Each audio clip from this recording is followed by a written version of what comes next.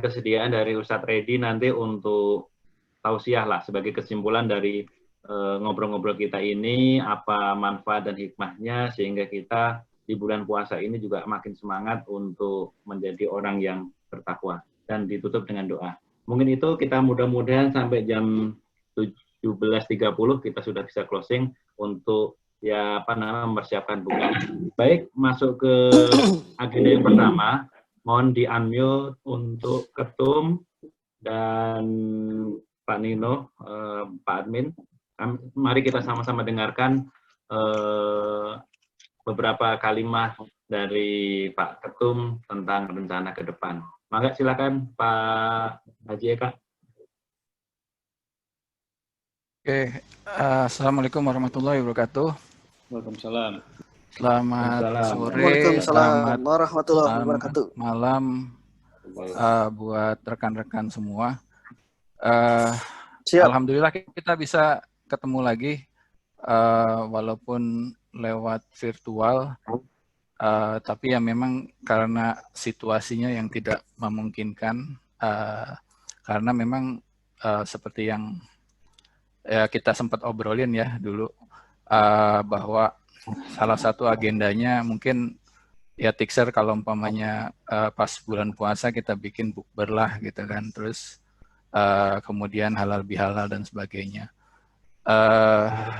Dan pada saat ini karena situasinya ya kita bikin ngabuburit atau silaturahim, kita kumpul-kumpul ini via virtual. Tapi ya insya Allah ini tidak mengurangi maknanya ya, bahwa kita keep kontak, kita saling sapa untuk untuk selain melepas kangen juga ya semoga bermanfaat juga gitu ya kumpul-kumpulnya gitu. Sebelumnya ya saya terima kasih nih kepada teman-teman, Pak Sekjen, Pak Wisnu, Kang Indra yang udah arrange ya untuk Zoom ini gitu ya. Nanti mungkin juga ada Browan nanti mungkin bisa nambahin. Cuman kayaknya kelihatannya foto doang nih, dia masih belum on videonya. Oke, nah seperti yang waktu kita reuni Perak ya. Perak apa Mas Indra? Perak ya? Reuni Perak yang lalu kita bentuk wadah Tixer. Ya tujuannya sebenarnya simpel sih, artinya supaya ada wadah kita bisa ketemu kongko-kongko, ngopi bareng, saling sapa, tahu kabar masing-masing, dan ya itu tujuan tujuan simpelnya, tapi juga ada tujuan yang lain gitu ya. Semoga juga bisa bermanfaat gitu, bisa bermanfaat bukan cuma untuk alumni tapi juga untuk alumni secara keseluruhan, juga untuk akademika di Telyu sendiri. Kemudian ini ada beberapa beberapa ide gitu ya ketika ini dibahas di grup pengurus. Apa nih yang kita mau kerjain gitu kan, setelah kita ngumpul via virtual ini. Ya nanti rencananya kita itu mau ada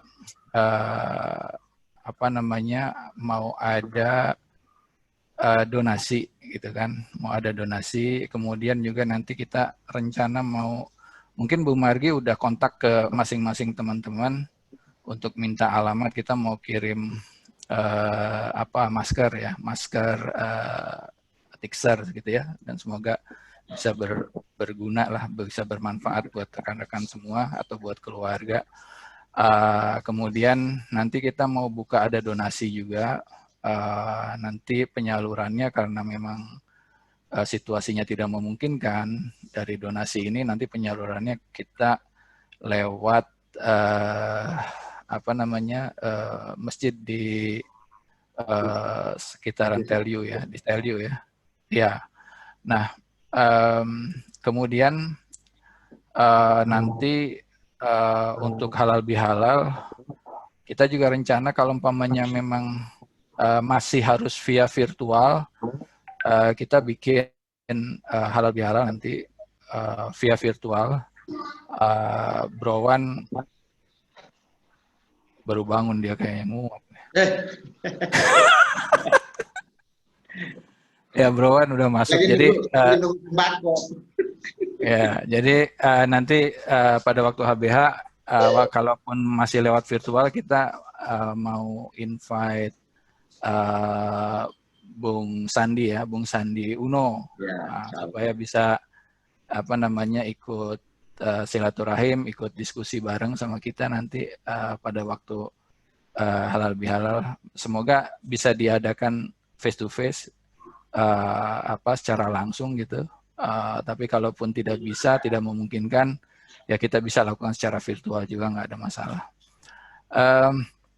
Itu mungkin beberapa hal yang saya bisa sampaikan. Ya terus terang, ya karena memang idenya dari awal Tixers ini ya yang ringan-ringan aja gitu ya kan, kita nggak mau yang berat-berat lah. Kita yang ringan-ringan aja. Yang penting kita ada wadah untuk silaturahim, saling sapa gitu ya, saling tahu apa kabar masing-masing dan sebagainya. Itu jadi yang bisa saya sampaikan, jadi ringan sifatnya. Termasuk juga ya, sesi kali ini ya, jadi kita nggak bahas yang berat-berat, jadi ringan-ringan aja. Nanti ada sharing dari teman-teman yang di luar negeri ya, diaspora istilahnya diaspora. Jadi ada sharing bagaimana lockdown di sana, kemudian juga ada teman-teman yang lain nanti sharing tentang ya yang ringan-ringan aja gitu ya, simple. Itu Browan, ada yang mau ditambahkan? Silakan yang punya negara. Moderatornya siapa nih? Itu Pak Sekjen. Pak Sekjen. Silakan Bang Nino mau nambahin. Menambahin apa? Belum. Jack dulu. Di mana ini? Jack mana Jack? Jack ada, udah digabung di belakang dia. Ada di demo. Apa kabar bos? Mantap. Ada Jack. Oke ya, terima kasih Pak Ketum. Alhamdulillah tadi sudah disampaikan ada beberapa hal. Yang pertama adalah tentang rencana pengiriman masker ya, pengiriman masker nanti ke rumah rekan-rekan sekalian sambil kita update database kita. Kemudian yang kedua, kita juga membuka penggalangan dana yang rencananya tadi disampaikan oleh Pak Ketum akan disampaikan melalui Lazis Samsul Ulum yang diperuntukkan untuk masyarakat sekitar, karena di sekitar Dayakolot memang banyak sekali yang terdampak. Kemudian yang ketiga, ini kita tunggu-tunggu banget, halal bihalal. Mudah-mudahan bisa live ya, tidak melalui online, tapi kalaupun terpaksa online, nanti minta bantuannya Bang Nino ini untuk mendekati Bang Sandi ya, untuk kita undang. Dan kalaupun harus dibikin format nanti webinar, kita siap kolaborasi dengan Telyu.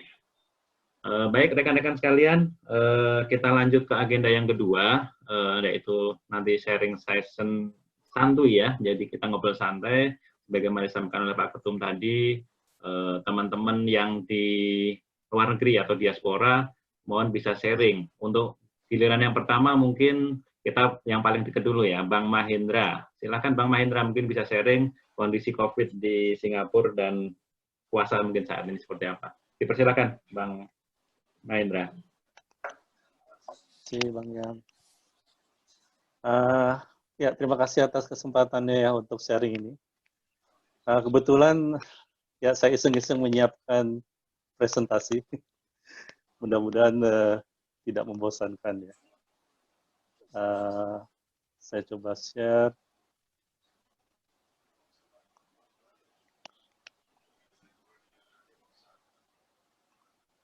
Ini settingannya boleh share ya? Boleh. Okay. Boleh. Sambil nunggu nanti Bang Jack ya. Siap-siap ya. Oke, ya. Ini serius-serius santai ya. Kemarin saya diberitahu Bu Marji untuk share, ya sudah saya siapkan sedikit slide. Ya, saya analogikan di sini sebagai tugas presentasi mata kuliah pengantar lingkungan, ya, lingkungan tempat saya tinggal di Singapura. Ya. Mohon teman-teman diperhatikan ya, nanti ada kuis ya, berhadiah ke Singapura bonus virus corona.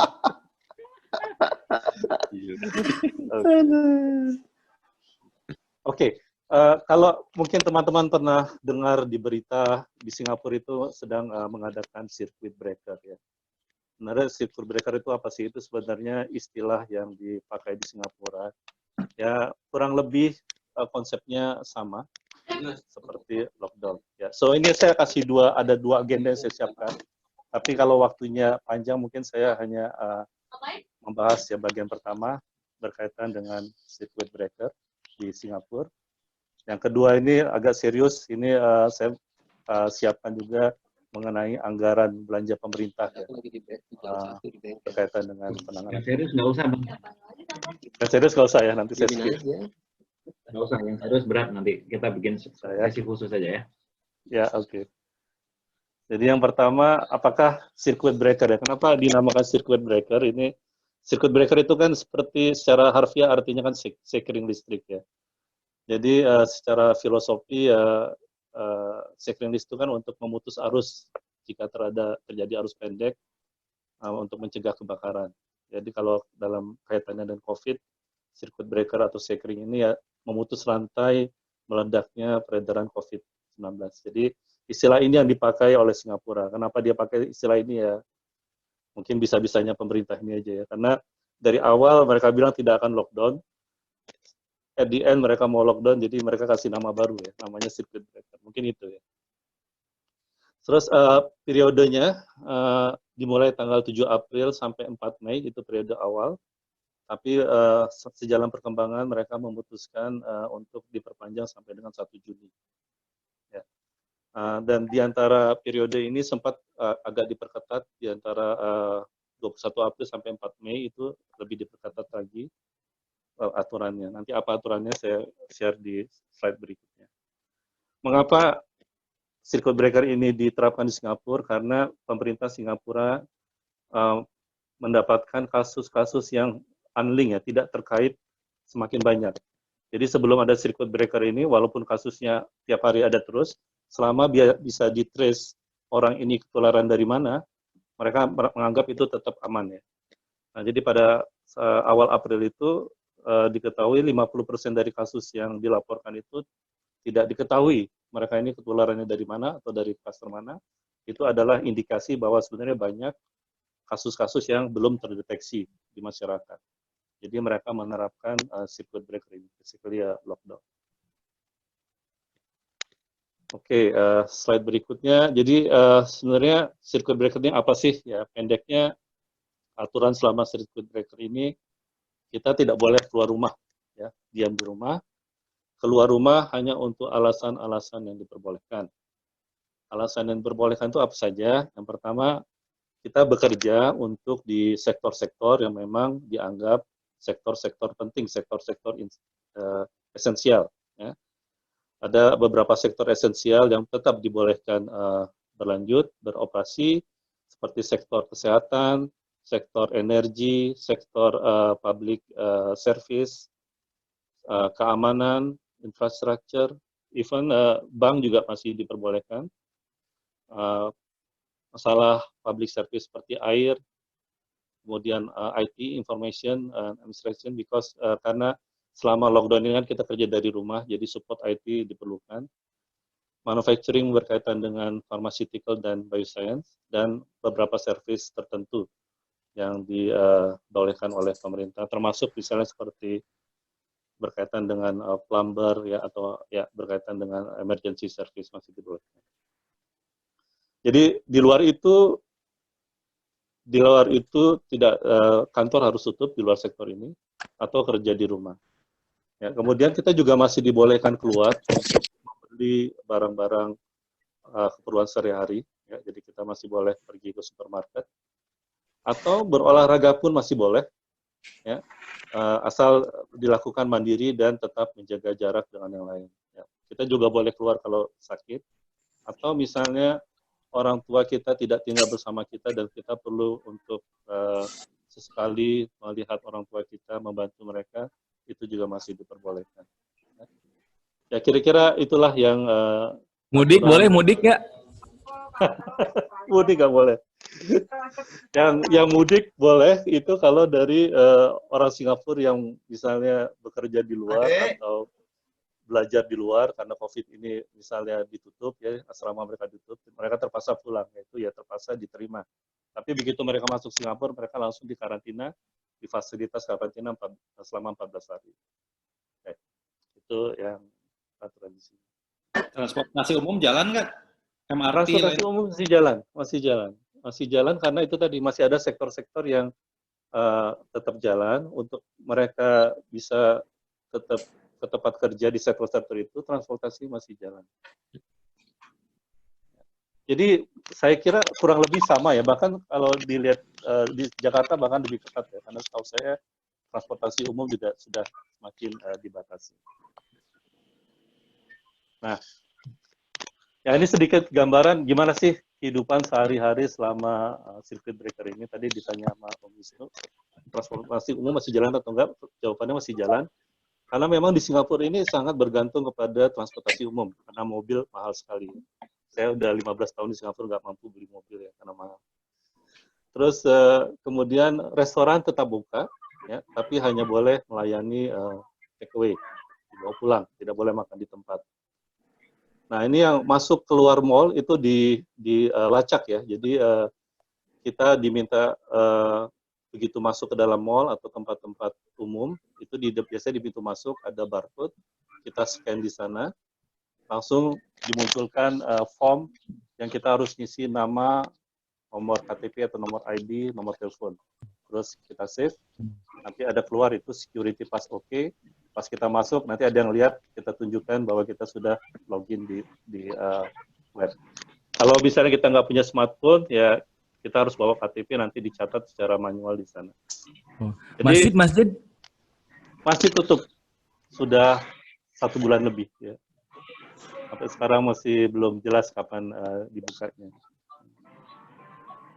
Jadi ya kira-kira itu, jadi beginilah cara mereka trace ya, melacak pergerakan orang-orang. Jadi idenya, misalnya saya ke mall tadi pagi dari jam 8 sampai jam 9, atau ke supermarket, kemudian ada 1 atau 2 orang yang terdeteksi terpapar virus corona yang juga mengunjungi supermarket yang sama pada jam yang sama.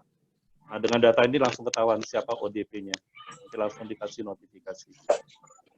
Kira-kira begitu idenya. Ya, sejauh ini sih saya belum dapat alert, belum dapat notifikasi kalau ada yang berpas-pasan dengan saya. Nah, kemudian ini mungkin yang agak keras di sini adalah law enforcement, penegakan aturan yang ketat. Ya. Itu di bawah saya copy beberapa contoh berita. Yang sebelah kiri bawah itu ada berita dari Channel Asia, ada 4 orang yang dibawa ke pengadilan, ya, dipidana karena mereka keluar rumah tanpa alasan yang valid, dan juga ketika ditegur oleh petugas malah melawan. Ya. Jadi mereka dibawa ke pengadilan dan mendapat ancaman hukuman 1 tahun atau denda 50 juta atau kedua-duanya. Nah, yang sebelah kanan itu contoh orang yang kalau misalnya kita keluar melanggar, ya, misalnya saya lupa pakai mask keluar, ada petugas, itu pelanggaran pertama dendanya $300 atau 3 jutaan. Tapi kalau nanti berulang-ulang lagi, denda yang kedua adalah $1.000 atau 10 jutaan. Jadi ya ini ya agak peraturannya sangat ketat. Ya, itu gambaran sehari-hari selama sidang. Nah, kemudian setelah di lockdown ini, bagaimana perkembangan kasus COVID-19? Nah, anehnya, anehnya tahap awal itu malah kasusnya meledak, ya. Jadi pada waktu sebelum lockdown atau CB ini, tanggal 7 April, kasus per hari itu hanya 106 kasus per hari. 2 minggu kemudian, kan 2 minggu itu kan masa inkubasi ya, seharusnya kan menurun, tapi kenyataannya malah meledak sampai hampir 15 kali lipatnya menjadi 1.426 kasus per hari. Kan aneh ya, lockdown kok malah meledak, bukannya malah berkurang. Nah, ini di bawahnya saya kasih status per kemarin ya. Status di Singapura sekarang 26.000 total kasusnya. Dengan total penduduk hanya 5 juta, kasusnya 26.000 ini sangat besar menurut saya, dibandingkan dengan Indonesia 200 juta lebih, tapi kasusnya hanya 15.000, 17.000. Jadi ini sangat besar. Lalu mengapa begini ya? Dengan saya bisa bagi sendiri sedikit.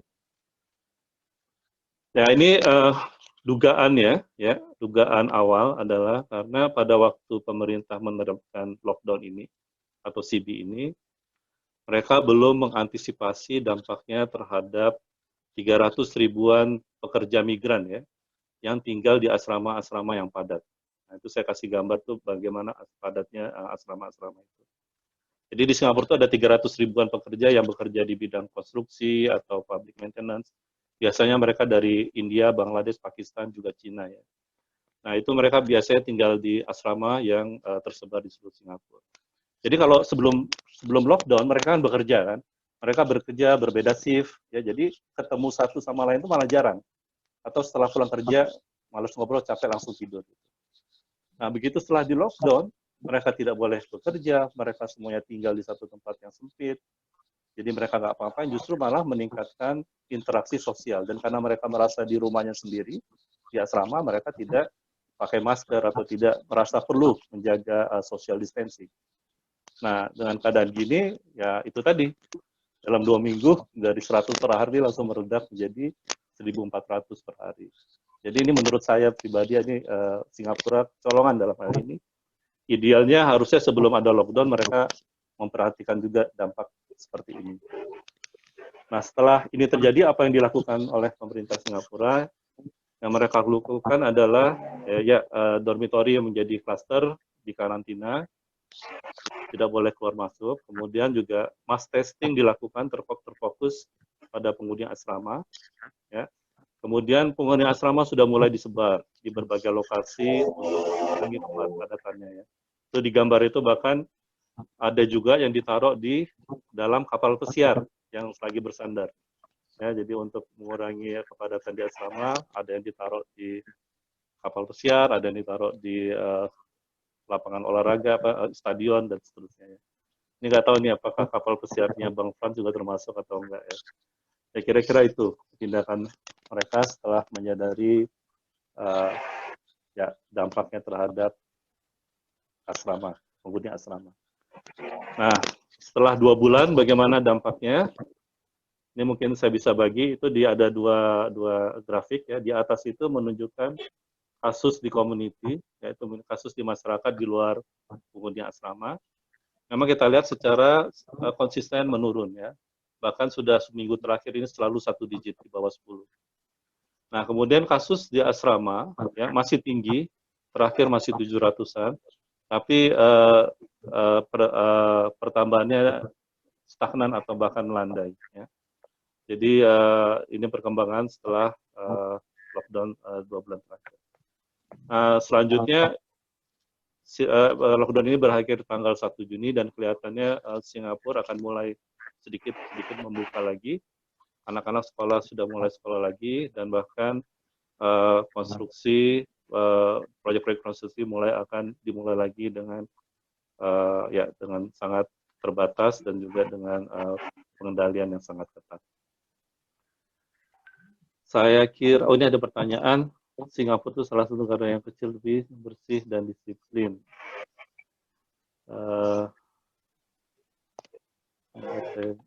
Pertanyaannya. Nanti aja Bang, untuk jawabnya. Nanti aja. Oke. Ya sudah. Ya udah, kalau gitu sampai sini aja. Saya udah agak panjang. Mudah-mudahan masih bangun semua, belum pada ketiduran. Terima kasih. Ya. Thank you Bang Mahendra ya, sharingnya luar biasa. Beda dikit lah dengan Indonesia, beda keadaan dan beda kekuatan. Oke, selanjutnya kita sama-sama dengarkan sharing dari tetangga kita, Jack Tanasali dari Australia. Silakan Om Jack.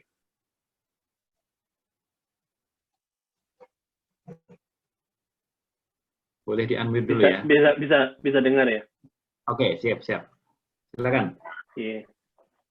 Iya, mungkin nggak mempersiapkan presentasi apa kayak Mahendra. Tapi orang di Singapura emang modelnya gitu, suka banget presentasi. Benar. Bahasa boleh sama sorry bro. Ya, bawa. Bang Jack dulu pernah di Singapura soalnya dia tahu benar. Iya, gue dulu di mana nih, Jack? pas itu. Gue di Sydney, di Australia. Di Australia. Iya, dulu di Singapura, pas gue di Singapura itu pas SARS. Jadi ya begitulah. Tapi sekarang lebih intens dibanding SARS dulu. Anyway, nggak lama-lama. Jadi ini kalau di Australia, salah satu beda dari Australia dengan Singapura, itu yang COVID-nya itu di Australia itu sebagian besar orang nggak pakai masker. Karena pemerintah tidak menyarankan orang pakai masker. Yang pakai masker tuh kalau kerja di health industry. Jadi kalau kerja di healthcare, dokter, nah itu disarankan pakai masker. Kalau orang-orang biasa kayak kita nggak disarankan pakai masker malah. Nggak tahu pertimbangannya apa. Jadi sebagian besar saya dan teman-teman tuh memang nggak ada yang pakai masker di rumah, nggak ada yang pakai masker. Nah, mungkin itu salah satu bedanya. Masalah angka, jadi status terakhir di Australia tuh dari hari Kamis kemarin, hari Jumat kemarin 2 hari lalu, itu kafe sama restoran udah mulai buka. Maksimum pagi ini saya dengan keluarga pergi ke kafe pertama kali breakfast setelah lockdown. Kita pertama breakfast di luar pagi ini. Masuk ke restoran maksimum 10 orang. Jadi kita beruntung banget karena kita berempat, saya istri dengan 2 anak, kita masuk pasti bisa dapat. Setelah kita, orang berikut nggak bisa masuk lagi karena udah maksimum 10. Jadi dia tunggu. Tapi pagi ini baru breakfast pertama kali. Situasi jalan masih sepi, tapi udah lumayan enak ya, lebih longgar. Nah, kalau masalah angka tuh di Australia tuh beberapa hari ini tuh berkisar antara 10 sampai 20. Nah, biasa di Australia tuh mesti ada triggernya. Jadi ada event atau trigger apa tuh baru angkanya naik dari 1 digit dari 2 digit. Jadi event yang terakhir yang terjadi tuh ada tempat itu yang pemotongan hewan di Melbourne. Itu ada abattoir gitu di Melbourne, itu muncul kira-kira 1,5 minggu lalu. Nah, sejak kasus itu muncul, nah itu mulai 2 digit tuh, 20, 23, 19. Sebelum kasus itu muncul, itu di bawah 2 digit, jadi 9, 8 tiap hari. Kemudian yang kemarin ini yang kasus yang 24 jam sampai sekarang nih 14 yang dari kemarin.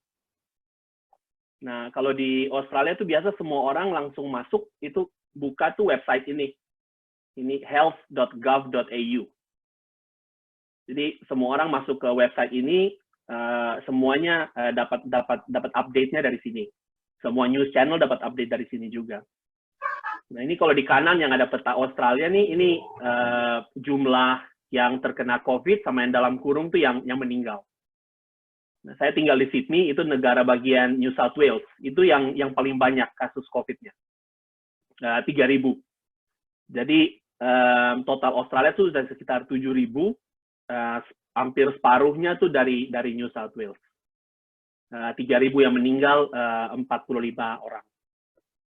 Nah, sebagian besar yang meninggal itu yang usia lanjut. Jadi ada 2 kasus di Australia. 2 tempat yang paling intens. Itu dua-duanya tuh panti jompo, rumah untuk orang-orang tua yang retirement village. Jadi waktu awal-awal COVID ini mulai intens di bulan Maret, itu ada 1 tempat di mana perawatnya atau 1-2 orang yang tinggal situ kena. Nah itu cepat menyebarnya. Terus yang tempat itu udah steril, udah beres, 3 minggu lalu itu muncul lagi satu tempat. Nah itu muncul. Nah, Australia mungkin tempatnya agak lebih luas ya, orangnya nggak terlalu banyak.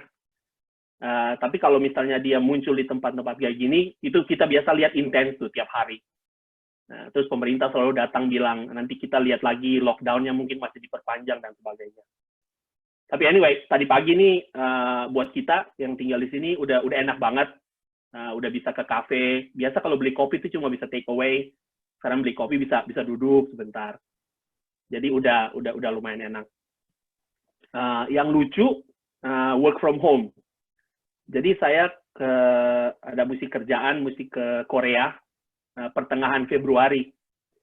Nah, saya balik ke Australia itu tanggal 20 Februari. Waktu itu belum ini, yang waktu itu yang dicegat, bukan dicegat, waktu dicegat nggak bisa masuk, tapi dicegat nggak boleh masuk begitu aja, mesti karantina. Itu kalau orang datang dari Cina. Waktu tanggal 20 itu saya datang dari Korea, itu Korea belum ada wanti-wanti warning dan sebagainya, masih santai aja. Pas tanggal 20 itu hari Kamis kalau nggak salah, hari Seninnya baru itu.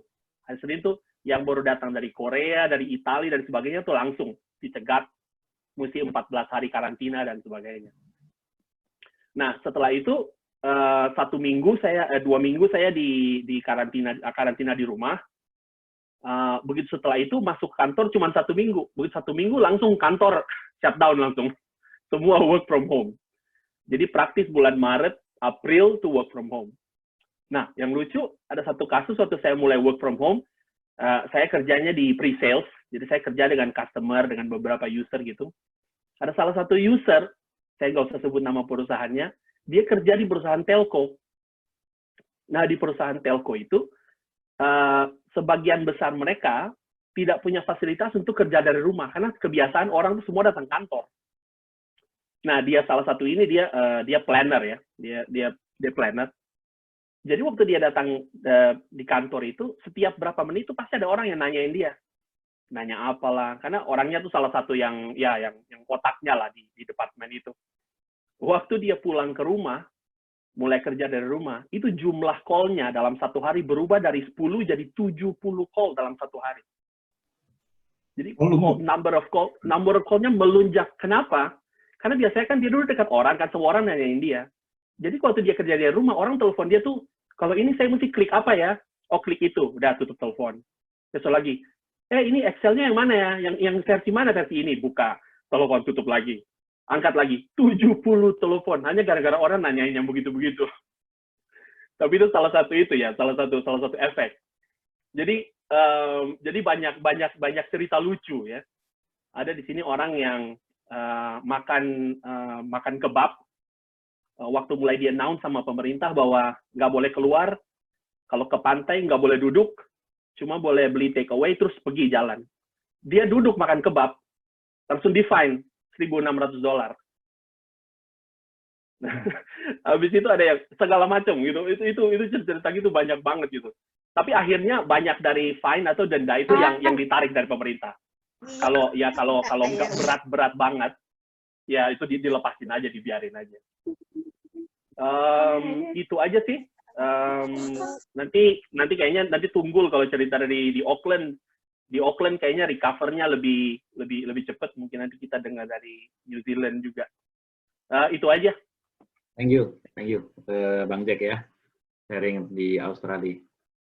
Baik, selanjutnya kita coba dengarkan sharing dari Auckland, Mas Tunggul. Untuk rekan-rekan yang pengen nanya, silahkan di-mention di chat ya. Jadi nanti kita akan pilih beberapa pertanyaan yang related.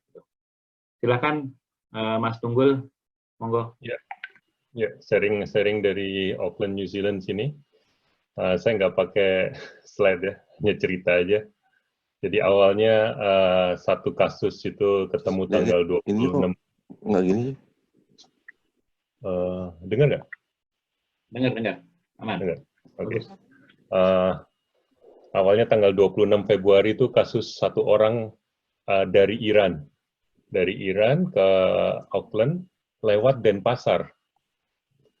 Jadi kebetulan triggernya itu satu orang itu langsung ketemu dan setelah itu kasusnya melonjak ya karena para wisatawan yang datang atau para permanent resident yang balik ke rumahnya ke Auckland, dan itu akhirnya setelah sekitar 2-3 minggu di bulan Maret, langsung Perdana Menterinya ngasih siaga 4 atau alert 4. Jadi itu semuanya kita lockdown, semua udah work from home, anak-anak udah nggak sekolah lagi, terus masjid gereja ditutup, nggak boleh ada kegiatan, pertemuan sosial gitu udah nggak boleh ada lagi. Yang dibuka cuman esensial supermarket, apotik, terus semua essential worker itu masih boleh masuk.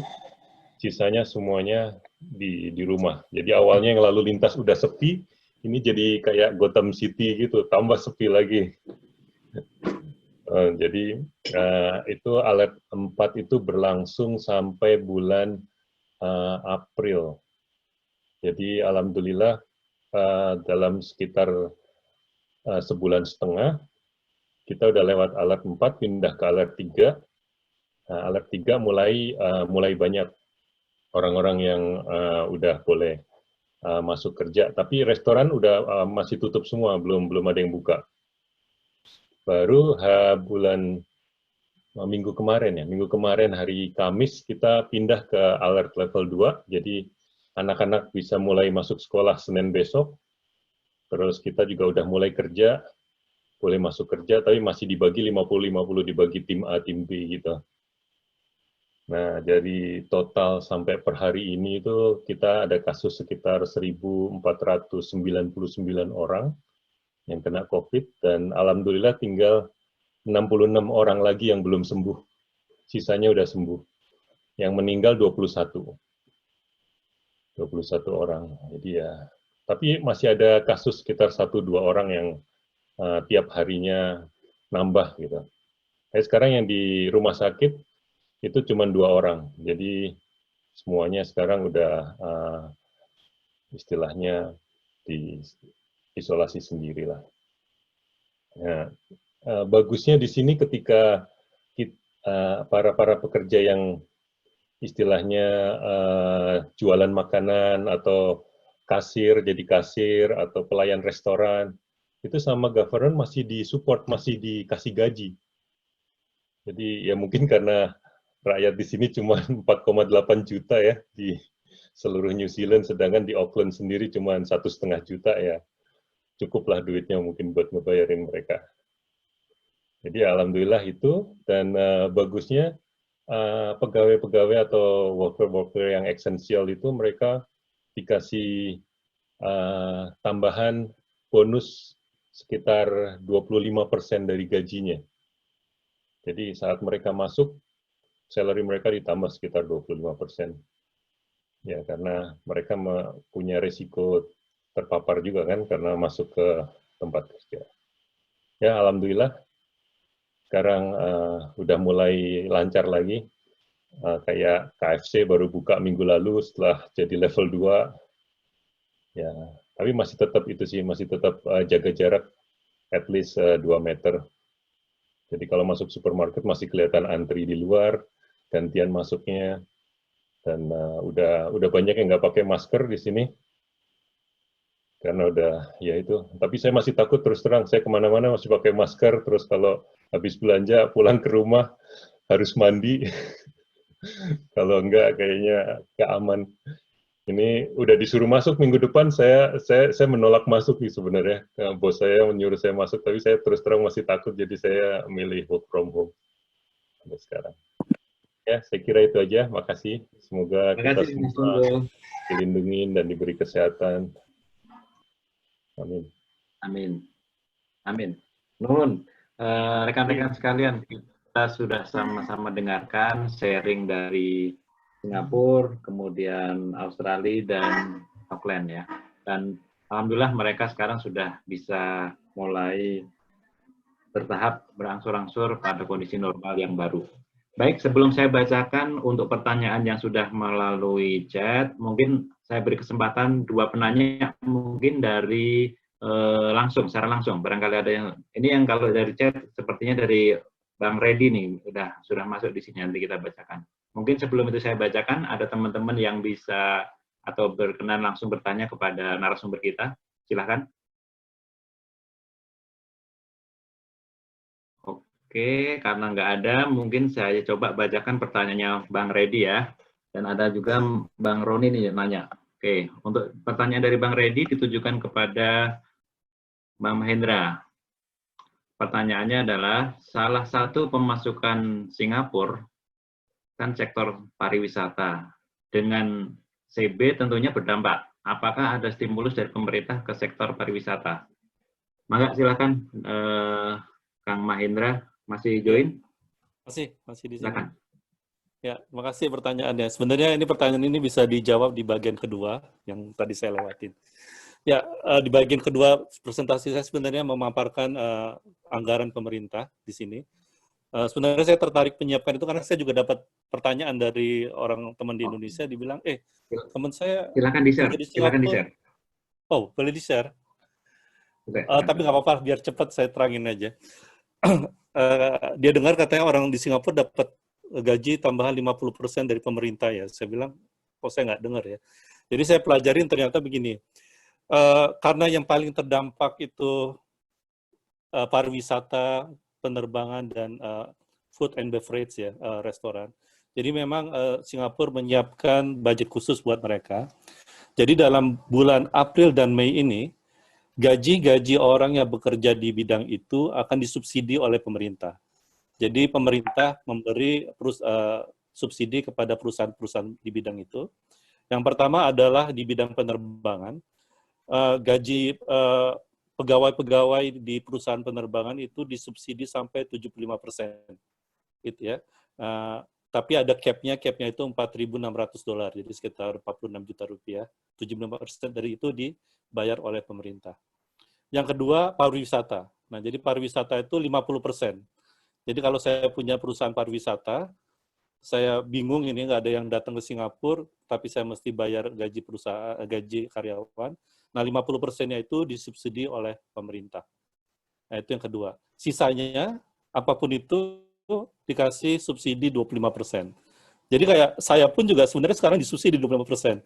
Walaupun sebenarnya perusahaan saya di bidang pharmaceutical tidak terlalu terpengaruh, cuman pukul rata, semua sektor di luar pariwisata, penerbangan, dan food and beverage itu diberi 25% subsidi. Jadi idenya membuat supaya perusahaan tetap bisa bertahan hidup dan supaya dia tidak mem-PHK karyawannya sedapat mungkin.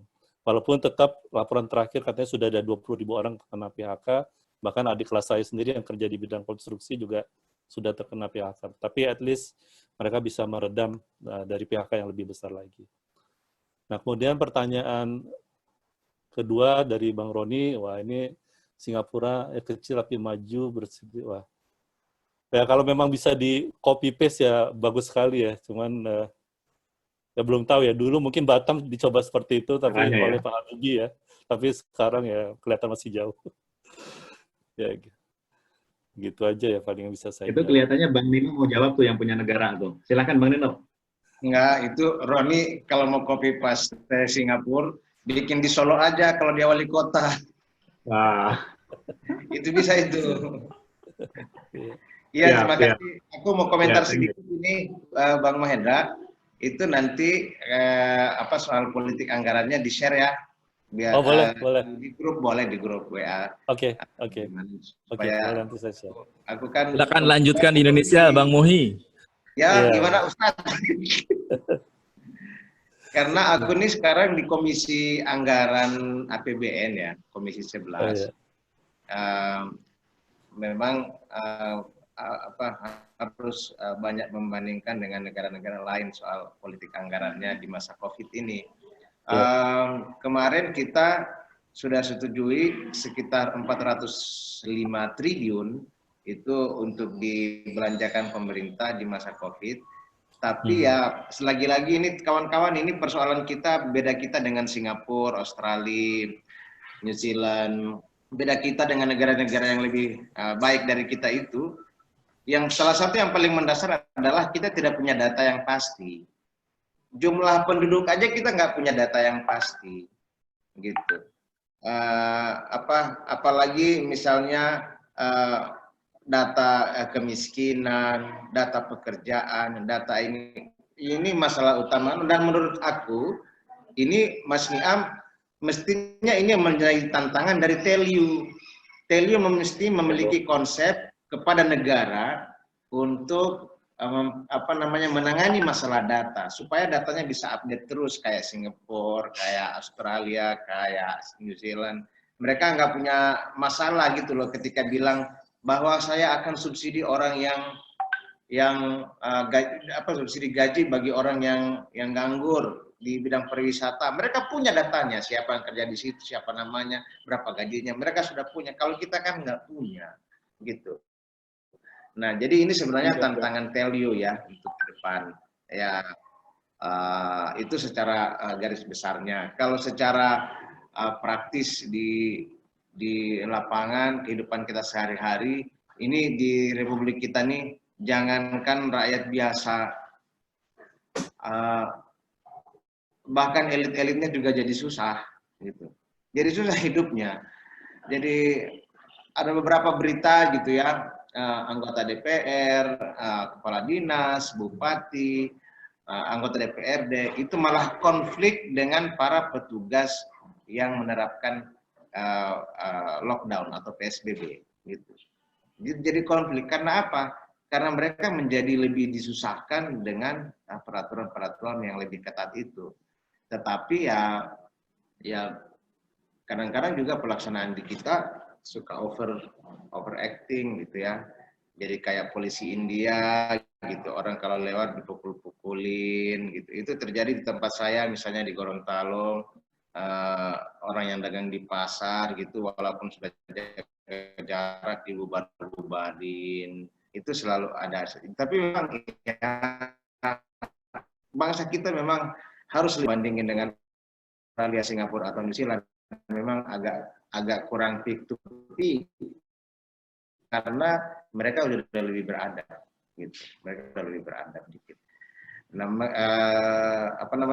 Terakhir soal anggaran itu kalau memang ada teman-teman di Australia atau di New Zealand bisa sharing walaupun hanya berita-beritanya saja, di link beritanya ditaruh di grup atau di japri ke saya mengenai politik anggaran di negara itu di masa Covid, saya akan sangat bersyukur. Ya, terima kasih Bang Niam. Oke, lanjut tambahannya. Dan ini sepertinya gayungnya bersambut nih dari kemarin jadi narasumber di FAS gitu ya, sampai sekarang masih gaung. Nah, kayaknya halal bihalal harus jadi nih ya, Bang Nino ya, dengan Bang ini. Oke, selanjutnya ini ada beberapa pertanyaan lagi, khususnya yang sebagian juga ada dijawab ya. Mas Tunggul tadi udah jawab masalah menolak work from office gitu ya, disampaikan tidak masalah, menjawab pertanyaan dari Bang Ramdan. Nah ini yang belum dijawab mungkin untuk semua panelis nih, dan ini mungkin sesi terakhir untuk para panelis yang dari diaspora. Pertanyaan dari Di Wisnu, bagaimana kondisi new normal? Nah ini menarik juga nih, mungkin kita mulai dari Bang Jack dulu aja ya. Silakan Bang Jack, new normal di Australia seperti apa kira-kira? Kalau di Indonesia udah diprediksi 30 nih kondisinya, kalau di sana seperti apa? Terima kasih, silakan. 30 apa maksudnya? Kondisi new normal. 30. Kalau di Indonesia kan ada yang prediksi nih ada 30 kebiasaan baru yang akan menjadi kebiasaan. Oke. Nih, kalau pemerintah Australia kalau baca berita-berita yang belakangan ini, semua tuh jadi nyambung yang tadi Mahendra bilang di Australia ada kayak gitu. Jadi dari pemerintah ada program namanya Job Seeker Support, sama ada namanya Job Keeper.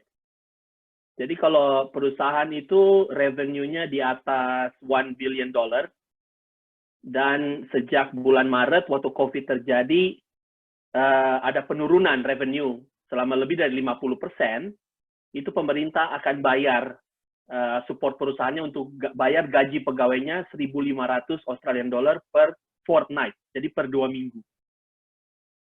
Kalau perusahaannya di bawah $1 billion revenue-nya, dan revenue-nya menurun lebih dari 30% sejak bulan Maret, dia dapat support yang sama.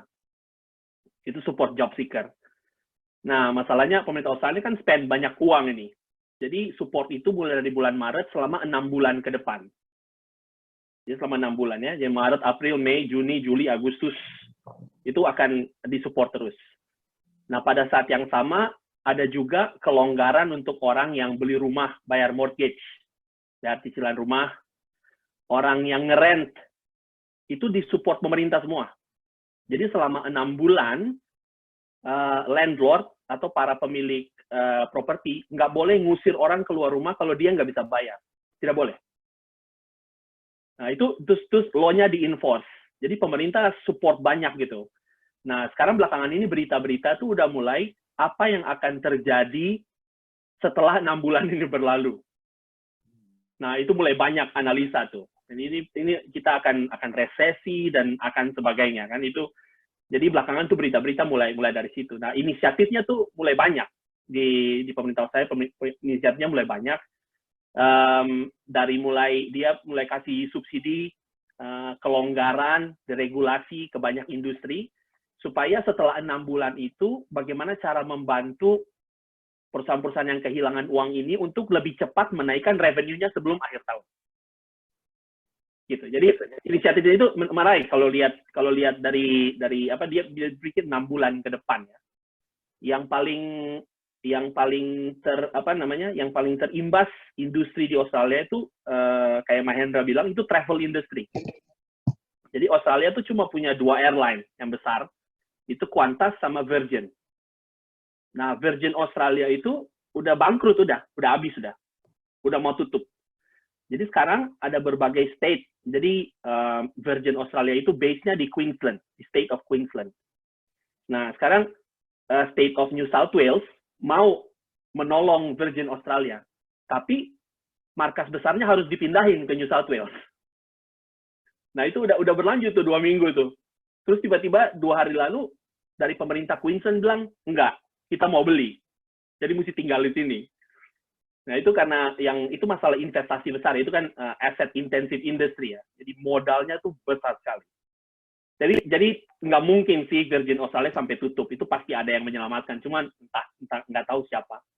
Tapi travel sendiri tuh baru akan kembali normal tuh tahun 2021. Jadi dari sekarang sampai akhir tahun dari Australia tuh kita nggak bisa travel keluar. Orang dari luar nggak bisa masuk juga. Emirates, airline pertama yang penerbangannya dibuka kembali. Baru 2-3 hari belakangan ini. Karena pemerintah di UK udah membuka gerbang. Jadi orang dari Australia boleh terbang ke UK. Tapi dari sana nggak boleh balik ke sini. Jadi Emirates itu cuma melayani 1 trayek. Cuman ke sana aja. Balik ke sini nggak ada orang dia. Ya, jadi itu yang terjadi belakangan ini. Dampak ekonomi itu pasti ada. Cuman mungkin nggak akan terlalu kelihatan ya sampai bulan Agustus. Nanti kita akan tahu, mendekati Agustus kita akan tahu nanti seberapa besar sebenarnya impact-nya. Oke, thank you Bang Jack, tambahan penjelasannya tentang kondisi yang akan datang. Oke, dilanjut dari Kang Tunggul. Silakan Kang Tunggul. Untuk pertanyaan yang sama. Di sini New Zealand sebenarnya copy paste dari Australia. Jadi kalau untuk yang masalah politik finansial yang tadi diminta oleh Bang Mohi tadi, sebenarnya kita ada websitenya untuk mengakses status karyawan, ataukah status pengusaha, ataukah status yang punya perusahaan, atau yang kehilangan pekerjaan sekalipun. Jadi di situ nanti akan diarahkan apakah mereka ini berhak mendapatkan tunjangan dari pemerintah regarding COVID-19 ini atau enggak. Jadi nanti saya akan share websitenya, terus di situ kita bisa melakukan simulasi dan informasi-informasi apa aja yang dibutuhkan ada di situ semua. Itu aja. Oke, thank you Bang Tunggul. Nah, terakhir nih untuk Bang Mahendra untuk menjawab pertanyaannya Ki Wisnu. Silakan. Ya, pertanyaannya ya new normal ya setelah COVID ini ya. Yang saya ngerti. Kalau yang saya lihat mungkin new normal setelah COVID ini yang langsung ya gimana kita berinteraksi satu sama lain, kayak social distancing itu kayaknya pelan-pelan tidak bisa langsung hilang ya. Atau mungkin penggunaan masker juga masih terus berlangsung walaupun lockdown sudah diangkat. Kemudian lagi mengenai work from home mungkin malah akan jadi lebih ditingkatkan lagi, karena sebelum COVID ini banyak perusahaan atau employer yang ragu untuk menerapkan konsep kerja dari rumah. Setelah konsep dari kerja dari rumah di jalan selama COVID-19, ya mungkin mereka akan berpikir untuk membolehkan karyawannya untuk kerja dari rumah dalam jangka ya mungkin 2 hari seminggu dan seterusnya ya. Mungkin itu yang saya bisa antisipasi terhadap new normal ke depannya setelah COVID-19 ini di Singapura at least. Oke, thank you banget ini teman-teman kita yang sudah sharing, terutama dari Mas Tunggul, Mas Mahendra, dan Mas Jack. Alhamdulillah sangat menarik dan insya Allah sangat bermanfaat. Jangan lupa nanti materinya di-share ya. Moderator, baik, moderator. Itu ada moderator. Yap, silakan. Ada pertanyaan lagi kah yang kelewat? Ada pertanyaan dari... Oh iya, yang dari Margi. Bentar, oke. Satu lagi nih dari Mbak Margi nih. Teh Margi nih, kayaknya dia mau buka peternakan ya. Bolehlah tambah satu lagi ya. Silakan, Bang Tunggul. Ini kalau pengusaha peternakan mungkin yang dimaksud peternakan sapi sama domba ya. Di sini alhamdulillah mereka nggak berimpact karena supply mereka, terutama supply susu, supply daging ke butcher itu mereka tetap ada. Jadi mereka sebenarnya nggak ada impact apa-apa. Cuman mereka membatasi supaya mereka tidak terpapar virus ini. Tapi kita di sini juga punya pengusaha Indonesia di New Zealand bagian selatan yang menjadi leader South Muslim Association di New Zealand ini.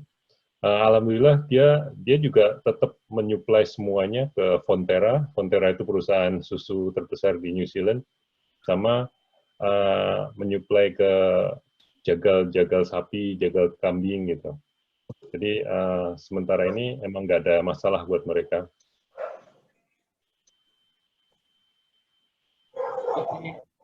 Menjawab ya teman-teman sekalian. Ini nanya nambah terus nanti dijawab aja ya, nggak selesai karena kita masih ada sharing berikutnya yang dari Indonesia lah kita kasih. Tadi ada yang nanya, yang nggak pakai paspor boleh nggak nanya gitu kan, ini harus kita kasih kesempatan juga ya. Baik, sekali lagi terima kasih Bang Tunggul, Bang Jack, dan Bang Mahendra atas sharingnya dan waktunya juga, sehingga kita bisa ini mudah-mudahan makin sukses dan kita selalu diberkati. Baik, kita masuk ke agenda yang kedua, rekan-rekan sekalian, yaitu ngobrol santai dari teman-teman yang ada di Indonesia. Dalam hal ini sudah siap di sini ada Bang Hari Eko dan Teh Santi, udah kelihatan belum ya? Belum ya? Ada. Hadir.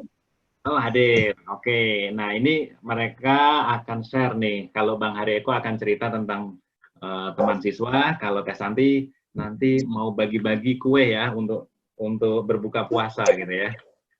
Boleh, enggak? Mungkin dari Bang Hari Eko dulu, dipersilahkan Bang. Sharingnya silahkan.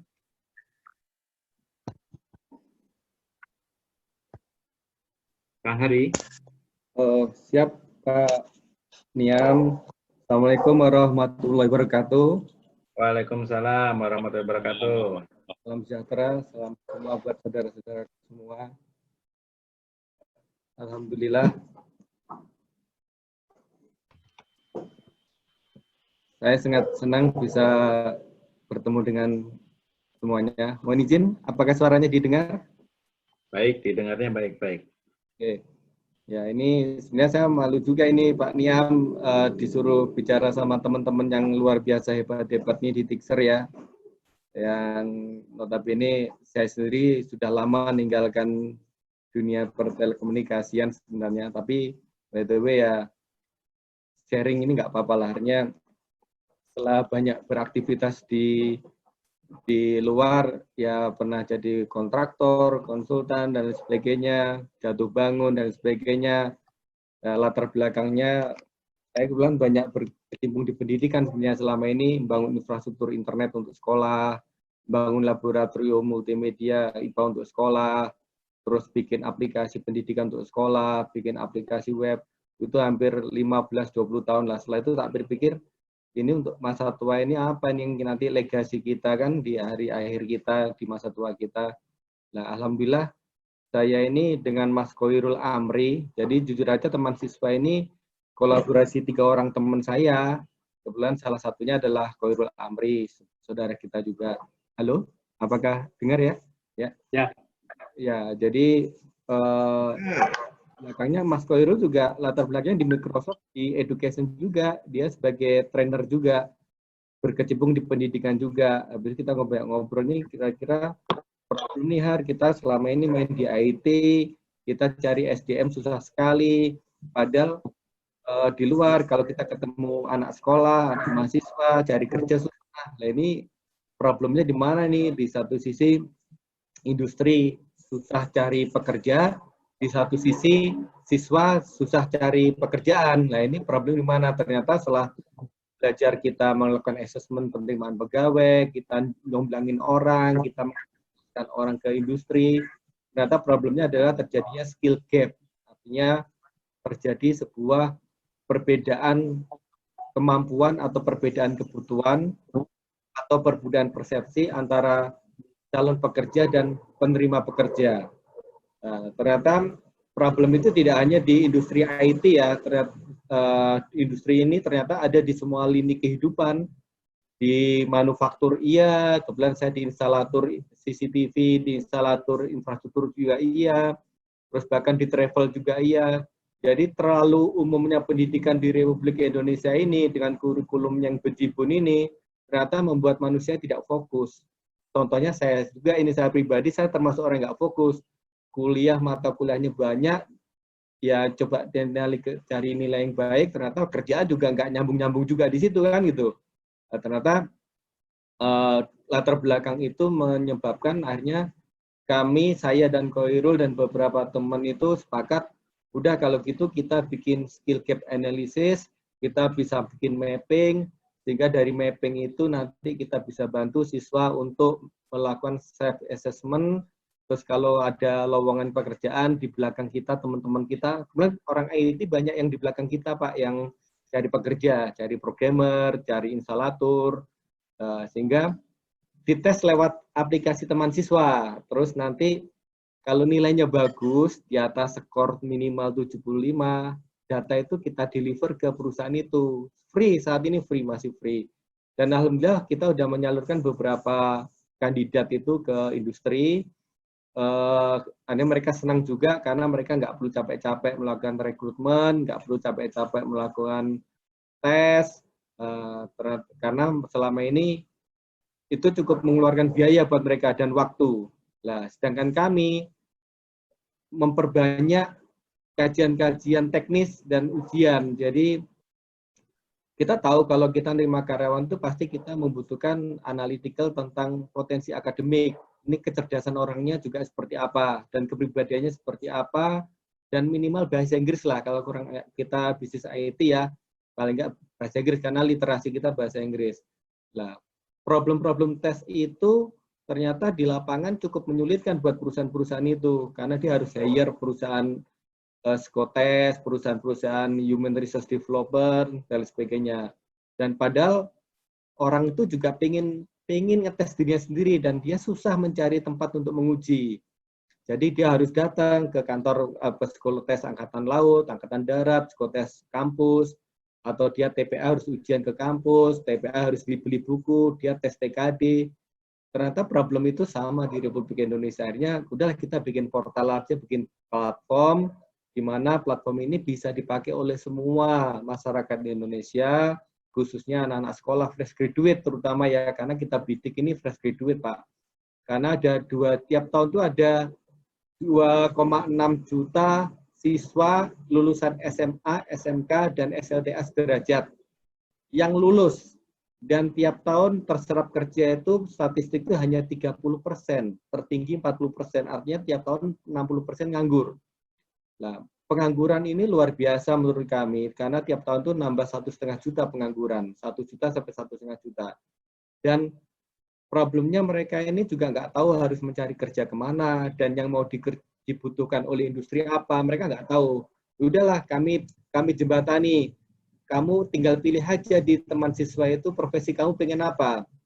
Misalkan saya pengen jadi instalator CCTV. Ya udah, dia klik instalator CCTV, nanti maka ujian pertama dia TPA akademik, habis ada kepribadian, ada psikotes, setelah lulus dia tes bahasa Inggris, nanti ada tes skill khusus di mana soal-soal sebagai instalator CCTV itu muncul.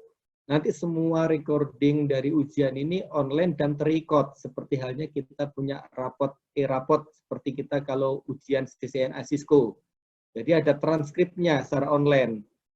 Ini hanya bisa dilihat oleh siswa itu sendiri. Jadi mereka bisa dapat report sehingga rapotnya itu bisa di-share, terus mereka bisa download, mereka bisa jadikan sebagai ya istilahnya portofolio.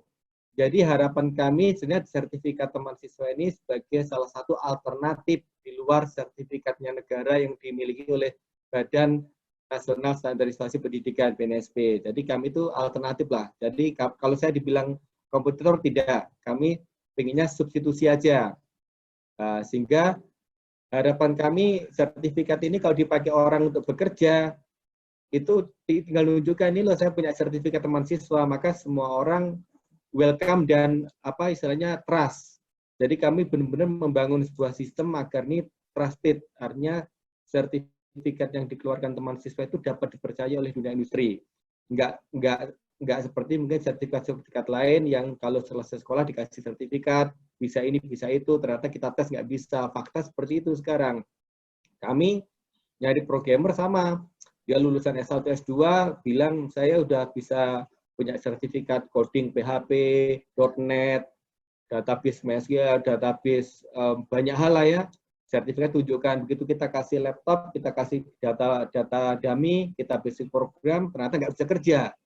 Nah, sertifikat siapa itu menggaranti? Oh, itu lambangnya burung Garuda itu kan itu. Nah, ini problem. Ternyata sekarang di dunia IT, di dunia industri programming, boleh katakan agak sedikit ya, nggak banyak, meragukan tentang validitas sertifikat itu terhadap personal. Jadi akhirnya dites ulang. Maka kami membangun sebuah sistem di mana testing ini adalah sebuah tes yang walaupun online, tapi dapat dipercaya, validitasnya teruji, sehingga kalau kita deliver anak-anak yang ujian di tempat teman siswa ini, bisa diterima di dunia kerja, dengan dapat dipercaya, karena ujiannya bertahap, mulai potensi akademiknya itu muncul, ini kecerdasannya anak itu berapa, kepribadiannya tipikalnya apa, ada 4 kuadran, itu kita punya analitikalnya, terus bahasa Inggrisnya berapa IELTS-nya dia, terus apa skill khususnya terhadap profesi berapa skornya, nah, itu kita punya seperti itu, dan kita kasihkan ke masyarakat. Nah, kurang lebih, kalau boleh saya share, kami ada screen seperti ini. So, ambil ini ya. Oke.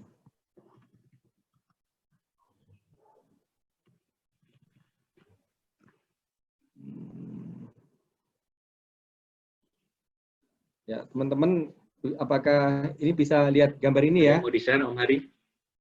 Halo? Halo? Belum nampak?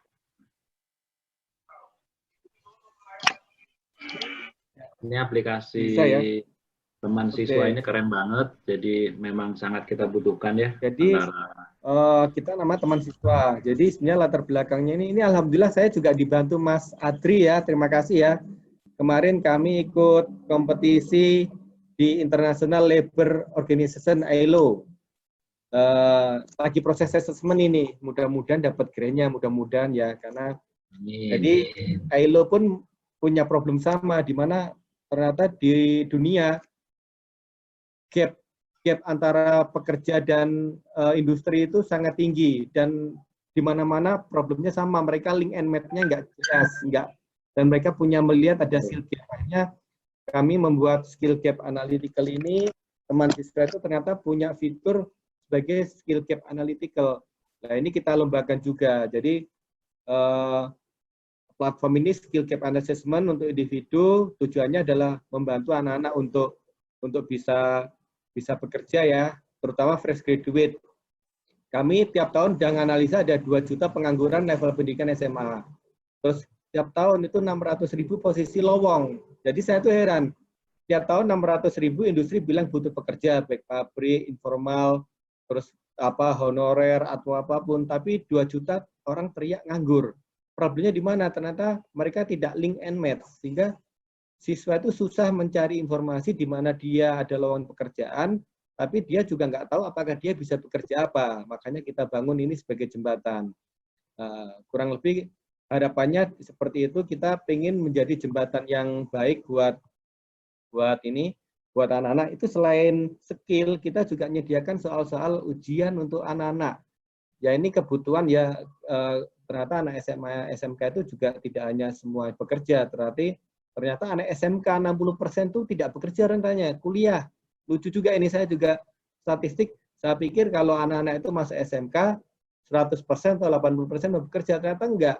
40% itu yang bekerja, 60% masih kuliah. Jadi ada kesalahan konsep di Republik Indonesia itu menyampaikan ke anak-anak SMP bahwa SMK itu buat sekolah untuk bekerja, ternyata itu sekolah jembatan juga mereka untuk kuliah juga. Jadi daftar SMA negeri nggak keterima, daftar SMK, tapi tetap pengen kuliah. Jadi problem juga di Republik ini, yaitu oke lah, itu kita nggak di domain situ. Domain kami adalah bagaimana anak-anak ini punya skill, dia bisa menguji dirinya skillnya, dan dia milih profesinya sesuai dengan passionnya. Kita uji-uji dengan sistem ujian kita, 6 tahapan.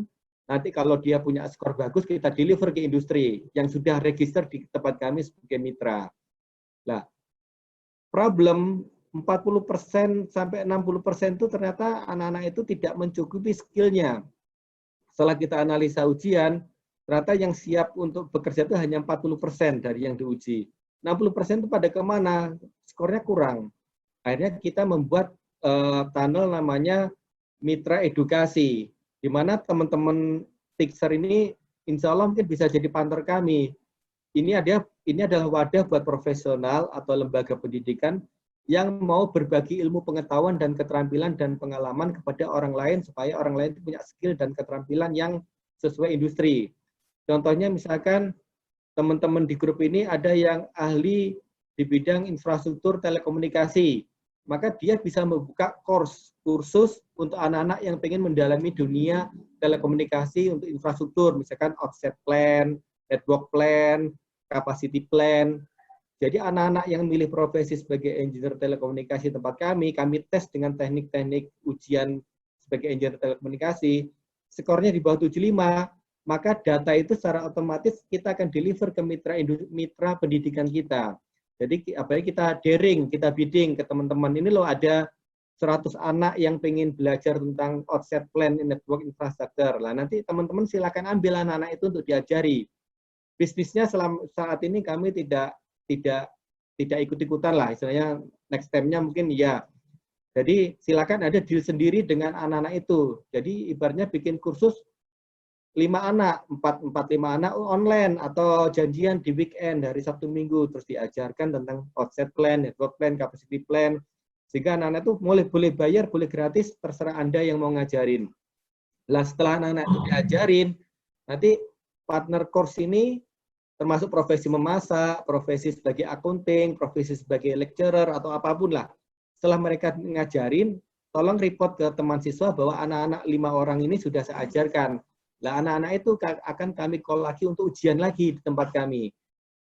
Jika nilainya sudah masuk ke sistem dan nilainya memenuhi skor minimal, maka secara otomatis anak-anak itu nama dia akan kita deliver ke industri pekerjaan. Nah, kurang lebih siklusnya seperti itu, Pak. Jadi ada stakeholder 3, yaitu adalah siswa sebagai pencari pekerja atau anak-anak yang pencari pekerja, 2 adalah industri yang membutuhkan pekerjaan, 3 adalah course mitra pendidikan yang mau mengajari pendidikan. Itu nggak hanya lembaga, bisa profesional.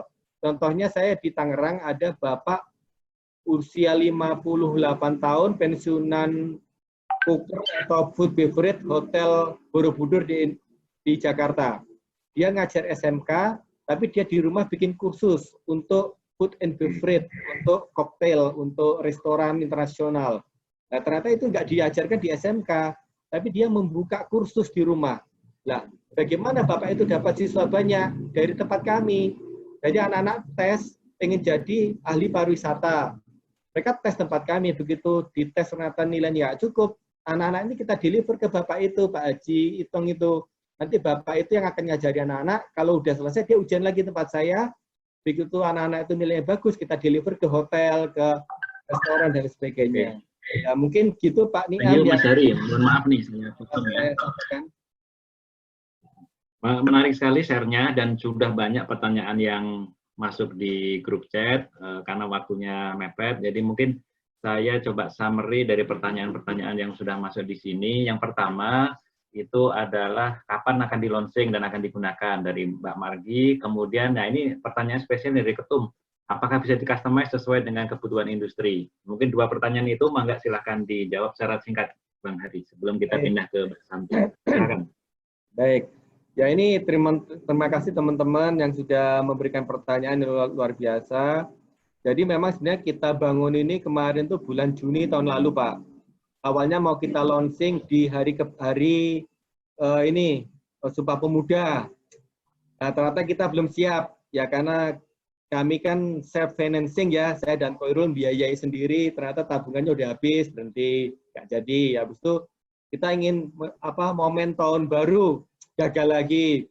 Habis itu terus kita pengen momen tanggal hari pendidikan 2 Mei, gagal lagi. Akhirnya kita paksakan kita harus mulai walaupun COVID, kita kan juga nggak bicara finansial bisnis sini ya. Udah tanggal 20 Mei besok sebagai Hari Kebangkitan Nasional, insya Allah kita launching, kita akan live di YouTube atau Facebook. Nanti ada pengalaman Bapak Ibu guru yang sudah asiswanya pakai punya kami, ada pengalaman perusahaan dan kantor pemerintah yang sudah pakai tenaga yang sudah kita rekrut, ada pengalaman salah satu asosiasi pekerja yang menggunakan sistem ini sebagai skill gap analysis, yaitu adalah profesi satpam, Pak. Jadi Asosiasi Satpam Indonesia itu perusahaannya join dengan kami, sedang MOU, untuk satpam di Indonesia, dia tes online pakai aplikasi kami ini. Sehingga mereka punya raport, sehingga mereka perusahaan-perusahaan satpam itu punya data, sehingga bisa deliver, bisa naikkan kelas dari satpam pratama jadi madya, madya jadi utama.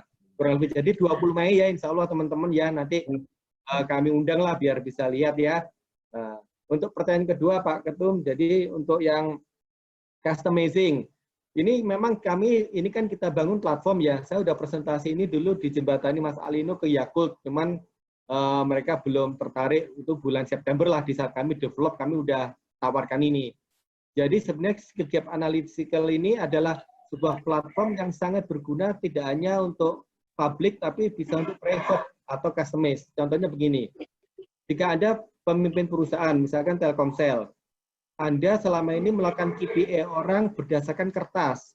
Jadi tiap tahun mau naik pangkat 4 tahun, diuji, kayak PNS tuh, diuji adalah sertifikat dia udah pelatihan apa, kertasnya apa, ijazahnya apa, sudah seminar mana. That's a paperwork, not skill analytical sebagai real. Nah, dengan kami itu membangun sistem itu platform seperti itu. Jadi kalau ada pabrik pengen naikkan karyawannya jadi operator, menjadi supervisor menjadi manajer, maka platform ini bisa dipakai mereka untuk ujian. Jadi diuji ke IQ-nya, diuji kepribadiannya, diuji psikotesnya, diuji bahasa Inggrisnya, diuji skill-nya selama dia bekerja sebagai operator 10 tahun, yang mengenal nggak tentang mesin-mesin, dan sebagainya. Begitu nanti udah selesai, maka dapat report, dapat nilai, itulah sebagai dasar buat company atau human resource development untuk mengajukan orang itu untuk naik pangkat, untuk jadi operator, atau jadi supervisor, dan sebagainya. Itu untuk pabrik ya, sedangkan untuk non-pabrik sama. Misalkan sales, dia sales mau jadi sales manager, mau jadi sales director, assessment ini bisa dipakai. Jadi ini bisa kita customize. Ya kemarin saya sempat tawarkan kerjasama dengan Pak Eka Aliuddin ya, waktu itu dia menyampaikan bahwa untuk ujian jadi drivernya kendaraan di bidang oil, itu ternyata ujiannya harus online ke Belanda, bayar sekian US dollar atau sekian pound sterling kan, atau euro. Kenapa nggak ujian itu di Indonesia aja pakai tools kami?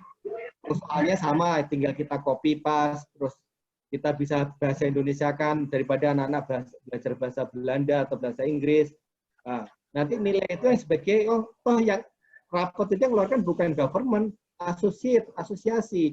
Jadi kita kalau kerjasama dengan asosiasi driver mobil oil, dia keluarkan sertifikat untuk sertifikat kerjanya, kami yang ngujinya, platformnya. Nah, seperti itu Pak. Sama teman-teman punya. Jadi, itu mohon maaf ini saya potong, Bang Hadi ya.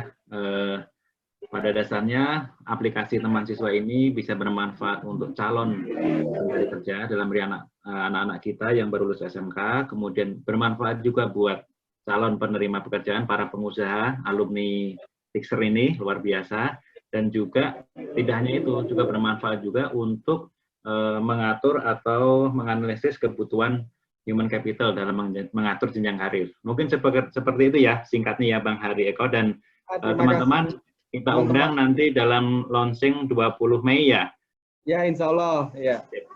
Selamat bergabung juga Bang Khairul yang tadi udah share. Mohon maaf saya potong ya. Baik, sekali lagi selamat dan mudah-mudahan sukses Bang Hari Eko dan Bang Khairul dengan teman siswanya. Mari kita sama-sama support, mudah-mudahan ini menjadi tinggalan kita untuk berbuat yang terbaik buat negara. Baik, Teh Santi sudah ready? Ngapain ya? Nah ini masa 5 menit bisa nggak nih? Ini bentar lagi udah mau maghrib ini. Iya, masa 5 menit bisa nggak ditanya nih? Bagi-bagi lah tip nih, ada yang kangen nih kayaknya. Bang Sony Bogor udah nungguin tadi tuh. Sesama Bogor harus ngobrol lah ya. Silakan 5 menit waktunya, silakan. Videonya mana videonya? Gak usah, pakai foto aja. Assalamualaikum warahmatullahi wabarakatuh. Pakai video. Salam kangen ya teman-teman semua. Senang banget bisa ketemu di sini. Walaupun berjauhan, mudah-mudahan pada sehat semuanya. Amin, amin.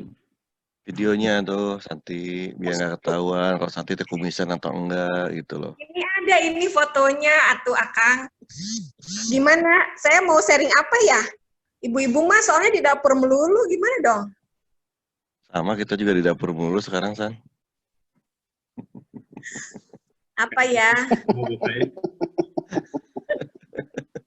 Siapa bilang kita di meja? Kita nggak ada. Sekarang semuanya, hampir semuanya kita di dapur, Santi. Kalau perlu jemuran belum diangkat. Semua nih. ya? Ada Santi, ya, ini tips masak lebaran yang praktis. Nah, Margi nih tanggung jawab nih, pakai ngundang-ngundang segala gitu. Lu sharing tips masak buat mama masak lebaran yang praktis. Ini, Santi, sharing uang dari dapur, gimana caranya kayak kita gitu. Waduh, cari Mak, kayaknya yang paling jago siapa ya? Margi tuh kayaknya tuh mana-mana. Santi, kalau makanan mah Santi. Apa ya? Paling juga sharing memasak cepat ya, boleh ya? Boleh. Cara memasak cepat apa yang lagi viral sekarang. Itu waktunya cuma butuh 12 menit buat bikin ketupat. Woi, mantap. Terus gimana San? Nggak pakai Gojek kan? Nggak pakai Gojek. beneran ini. Jadi itu apa? Kita rebus air, masukin ketupatnya dengan air mendidih ya. Masak selama 5 menit. Jadi itu konsepnya itu 5, 30, 7. 5 menit kita masak, 30 menit kita matikan, 7 menit kita masak lagi. Itu jadi insya Allah. Sudah dicoba ya. Kebayang. Ulangi. Halo, kedengeran nggak? Konsepnya ulangi. Ada yang udah sampel kan? Sampel ketupat sama sayurnya. Ini kayak sampel susah ya, kirimnya gimana ya? Ada yang 4 nggak Teh? Ada. Ada tumpang. Tinggal kirim alamat aja lah, gampang. Japri alamat aja. Sama nomor rekening. Mau kirim tumpeng bisa, tenang aja. Insya Allah makanan apa aja kalau bisa dikirim sehari sampai. Nanti kirim share ya. ke New Zealand tuh, ke Tunggul. Aduh, kejauhan Sampai ya. sono udah jadi bata. Ini baru sekitar Pulau Jawa aja. San, Oh, kalau ngirim rendang ke Tunggul gimana sampai biar sana bukan cepetan? jadi bata, Kang. Sama-sama. Udah nama jadi sop Sama, jamur. Gi. Jadi masak 5 menit. Semua dimasak 5 menit, disatuin. Terus dimatikan selama 30 menit. Dimasak teh naonna Mbak Santi. Baru ini kursus masak, nggak kelihatan tukang masaknya. nih. Rendang itu, Akang. Kopinya nggak kelihatan, harus praktek tuh. Harus praktek. Kirain ada video masak, ngomong doang mah baca doang. Ya, kopinya nggak kelihatan. Waduh. Son, anggap aja radio ini, Son. Kumaha. Jangan kangen, weh. Kelihatan. Gitu atuh. Terima kasih Pak Santi. Iya, jadi kan ketahuan enggak. Kaget Jadi lihat saya.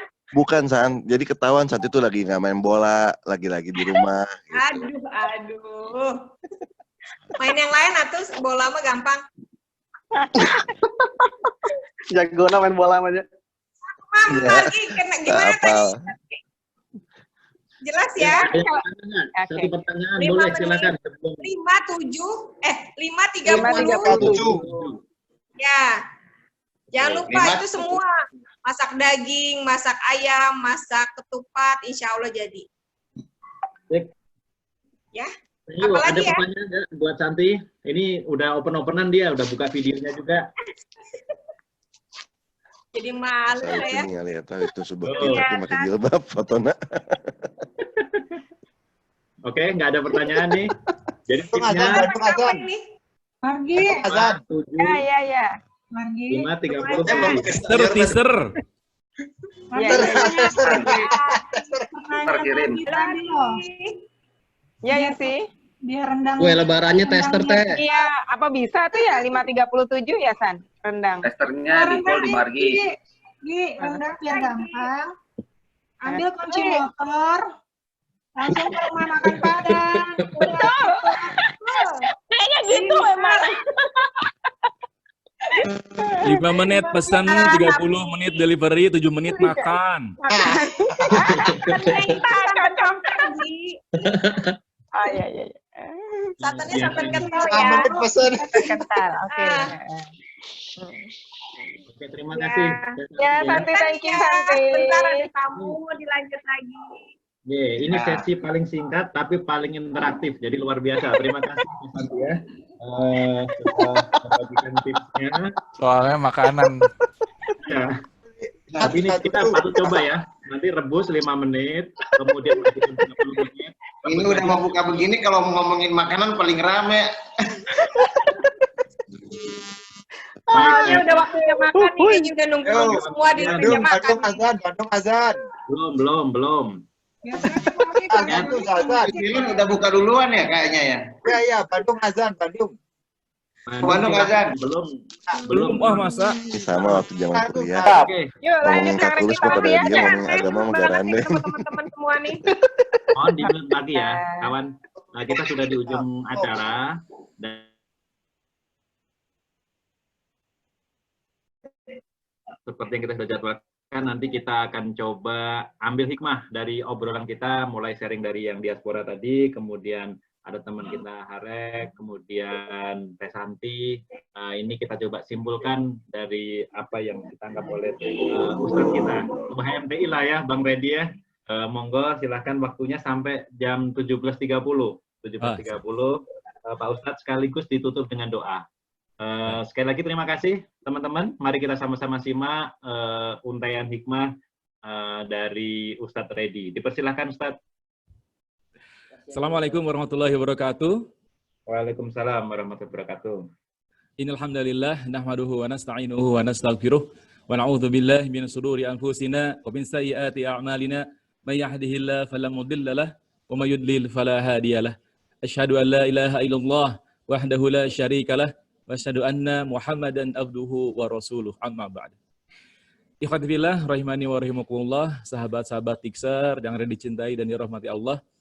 Mari kita panjatkan puji dan syukur kehadirat Allah Subhanahu wa Ta'ala yang telah memberikan kenikmatan yang banyak, yang tidak akan kita bisa menghitungnya, termasuk nikmat kita bisa bertemu saat ini, sehingga kita serasa muda lagi, serasa kurus lagi gitu ya, serasa hebat lagi.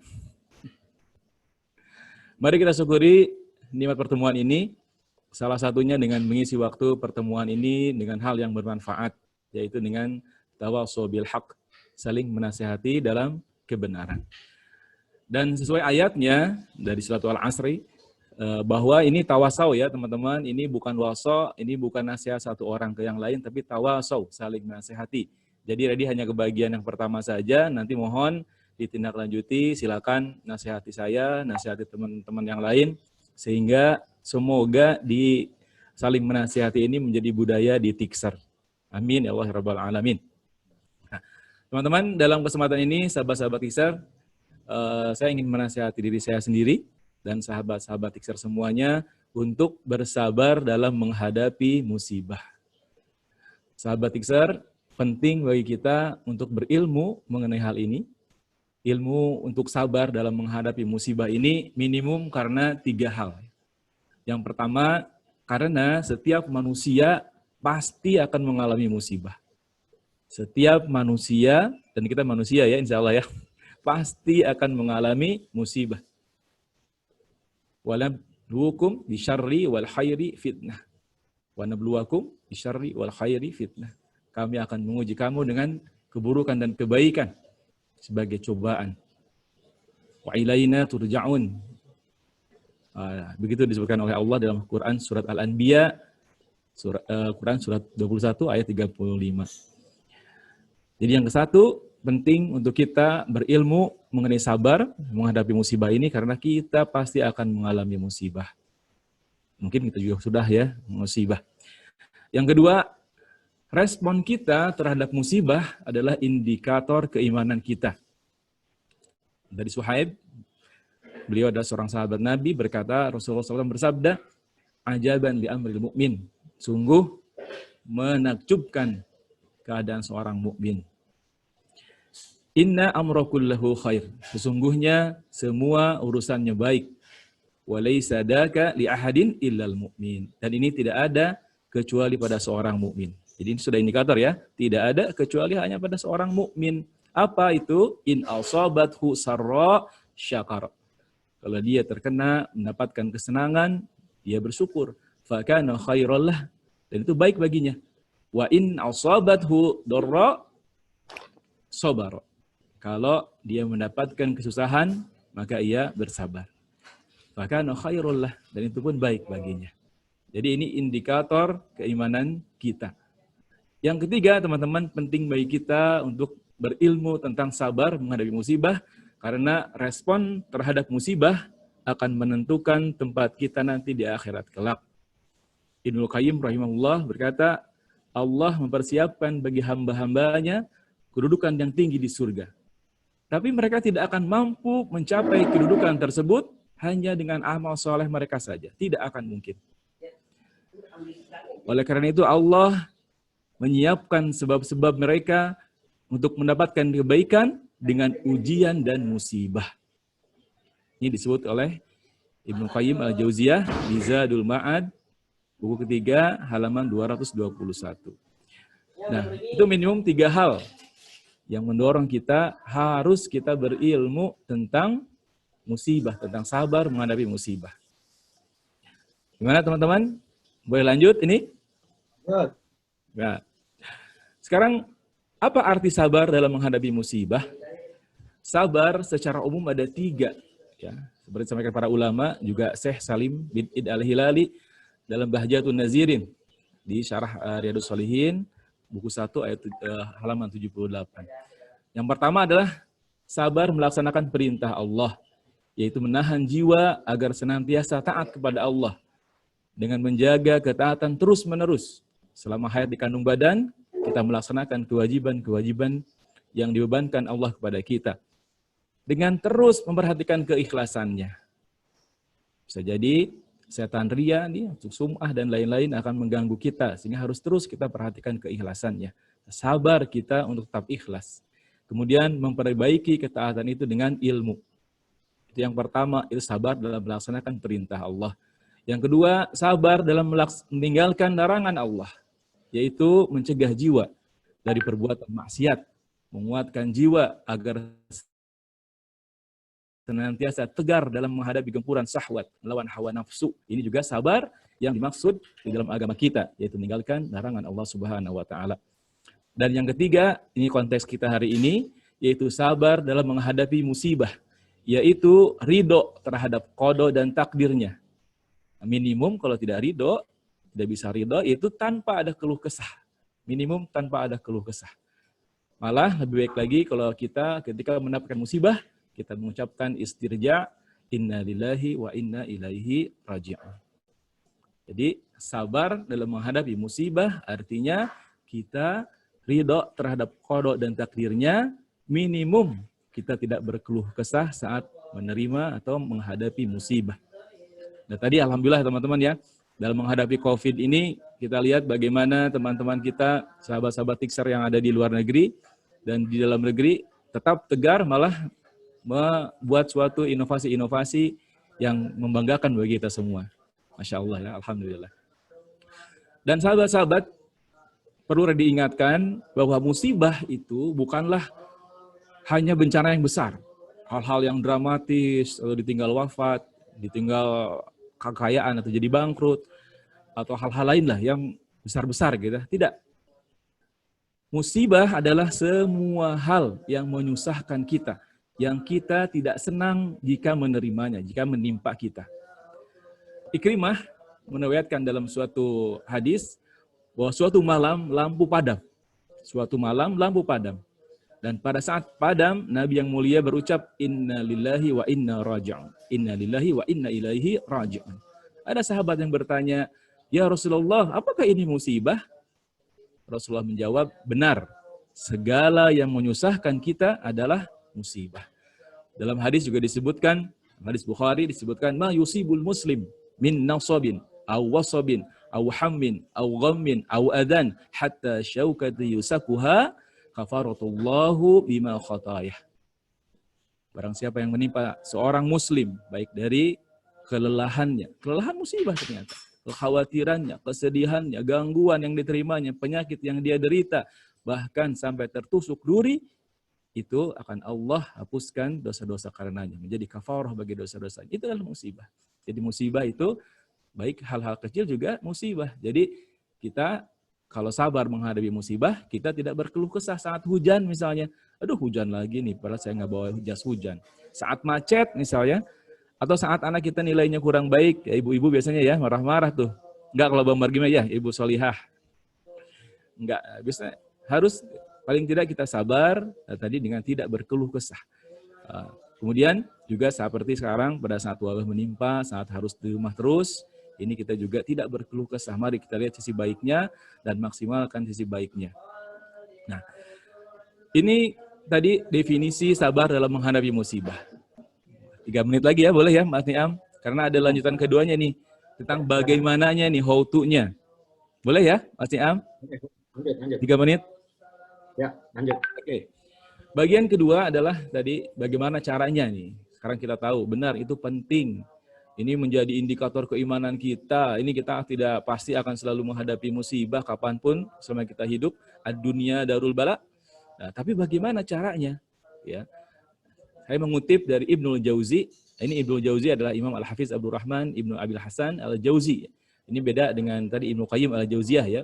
Beliau kalau Ibnu Jauzi wafat di tahun 597 Hijriah, kalau Ibnu Qayyim tahun 750-an. Nah, menurut Ibnu Jauzi ada 7 hal yang bisa membuat kita sabar dalam musibah. How to-nya, bagaimana cara kita sabar dalam menghadapi musibah. Kemudian karena saya tadi buku ini, nanti silakan teman-teman sabar menghadapi musibah, hiburan bagi yang menderita musibah. Ada tambahan 6 dari penulis yaitu Syekh Muhammad bin Muhammad Al-Manjabi, sehingga totalnya jadi 13. Saya akan run terus secara cepat, waktunya 2 menit lagi. Yang pertama, harus kita yakini teman-teman bahwa ini akan selalu terjadi. Jangan kaget, jangan apa, kita bisa expect for the best, tapi kita harus prepare for the worst. Ya, yang kedua, ini keyakinan tadi hendaknya disiapkan dengan tadi preparation, persiapan. Ya, bahwa kita tahu mungkin kita akan sakit, kita sudah sedia obat-obat di rumah, kita tahu misalnya anak kita ada kurang dalam belajar, kita siapkan bagaimana kita misalnya ikut les atau ikut teman siswa ya teman-teman, dan lain-lain. Yang ketiga, hendaknya ia memikirkan bahwa bisa jadi musibah yang lebih besar bisa terjadi. Bisa jadi ya teman-teman, kita sekarang lockdown, alhamdulillah masih lockdown. Ini biasanya orang Jawa nih, orang Sunda begitu nih, jebret, ketabrak, alhamdulillah cuman ketabrak oleh bis, coba kalau oleh setum katanya, hancur, remuk gitu ya. Alhamdulillah masih ketabrak sama helikopter ya, coba sama jet, wah gitu ya. Alhamdulillah. Itu. Yang keempat, tadi mempelajari kondisi orang yang tertimpa musibah. Jadi yang lain juga kena kok gitu ya. Makanya oleh Allah disebutkan ketika membahas saum, bahwa orang-orang terdahulu juga saum juga. Telah diwajibkan untuk berpuasa juga orang-orang terdahulu juga. Atau kita lah ya, misalnya kita disuruh datang untuk ngambil rapot. Bu, anaknya nggak lulus. Wah, sedih kita. Tapi dibilang, Bu, semuanya nggak lulus satu kelas. Wah, kita juga nggak jadi ini ya. Nah, jadi ingat, ada orang lain yang tertimpa musibah yang sama. Yang kelima, nah ini yang akan kita lakukan nanti insya Allah ya Mas Niam ya. Membantu orang yang kena musibah lainnya. Sehingga ini akan membuat kita merasa lebih ringan, teman-teman ya. Membantu orang yang terkena musibah lainnya itu akan membantu kita menjadi lebih ringan.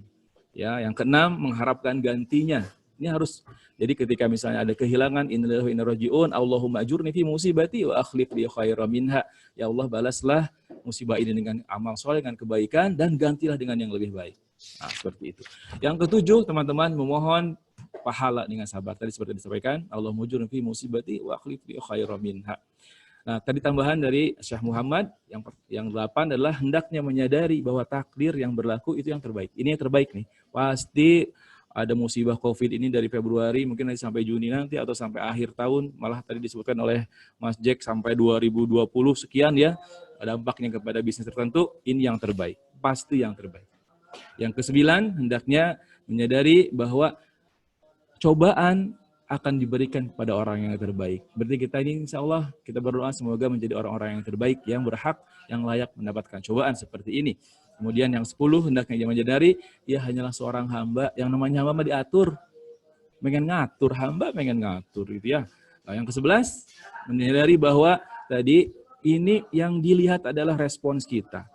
Kita tidak bisa menginginkan supaya jangan terjadi dong COVID, nggak bisa. Tapi yang bisa kita buat adalah respon kita harus bagaimana. Yang ke-12, hendaknya ia menegur dirinya jika bersedih. Nah, ini oke ya. Kalau sedih, kenapa harus sedih? Ini dari Allah, ini pasti yang terbaik begitu ya. Nah, yang ke-13, musibah ini hanyalah sekejap. Ingat-ingat teman-teman, kalau pernah mendapatkan musibah yang merasa teman-teman berat zaman lalu, ingat-ingat, sekarang udah hilang, udah lupa. Ya, jadi insya Allah nanti mungkin 2025 kita kumpul lagi. Dulu pernah COVID ya, iya. Mungkin kita yang kita ingat adalah yang senang-senangnya aja ya. Ya teman-teman. Demikian sahabat-sahabat Tikser, semoga Allah menambahkan ilmu bagi kita dan memberikan pemahaman bagi kita, khususnya pemahaman tentang sabar menghadapi musibah. Dan kita mohon kepada Allah agar Allah memberikan hidayah bagi kita untuk dapat melaksanakan apa yang telah kita ketahui. Amin ya Allah ya Rabbal Alamin. Subhana rabbika rabbil izzati amma yasifun wa salamun alal mursalin walhamdulillahi rabbil alamin. Saya kembalikan ke moderator. Siam. Ditutup dengan doa Ustaz. Ya. Doa bersama-sama dulu. Doa bersama, baik ya. Ya teman-teman, alhamdulillah ini adalah waktu terbaik, adalah waktu di mana seseorang berpuasa dan kemudian akan juga kita berbuka. Ini saat-saat akan berbuka adalah saat-saat diijabahnya doa. Dan ini juga kita berkumpul dengan orang-orang saleh, insya Allah, semoga mudah-mudahan doa kita diijabah. A'udzubillahi minasyaitonirrajim. Bismillahirrahmanirrahim. Alhamdulillahirabbil alamin. Hamdan yuwafi ni'amahu wa yukafi mazidah. Allahumma shalli ala Muhammad wa ala ali Muhammad kama shallaita ala Ibrahim wa ala ali Hamidum Majid. Wa alhamdulillah wa alhamdulillah la ilaha illallah wahdahu la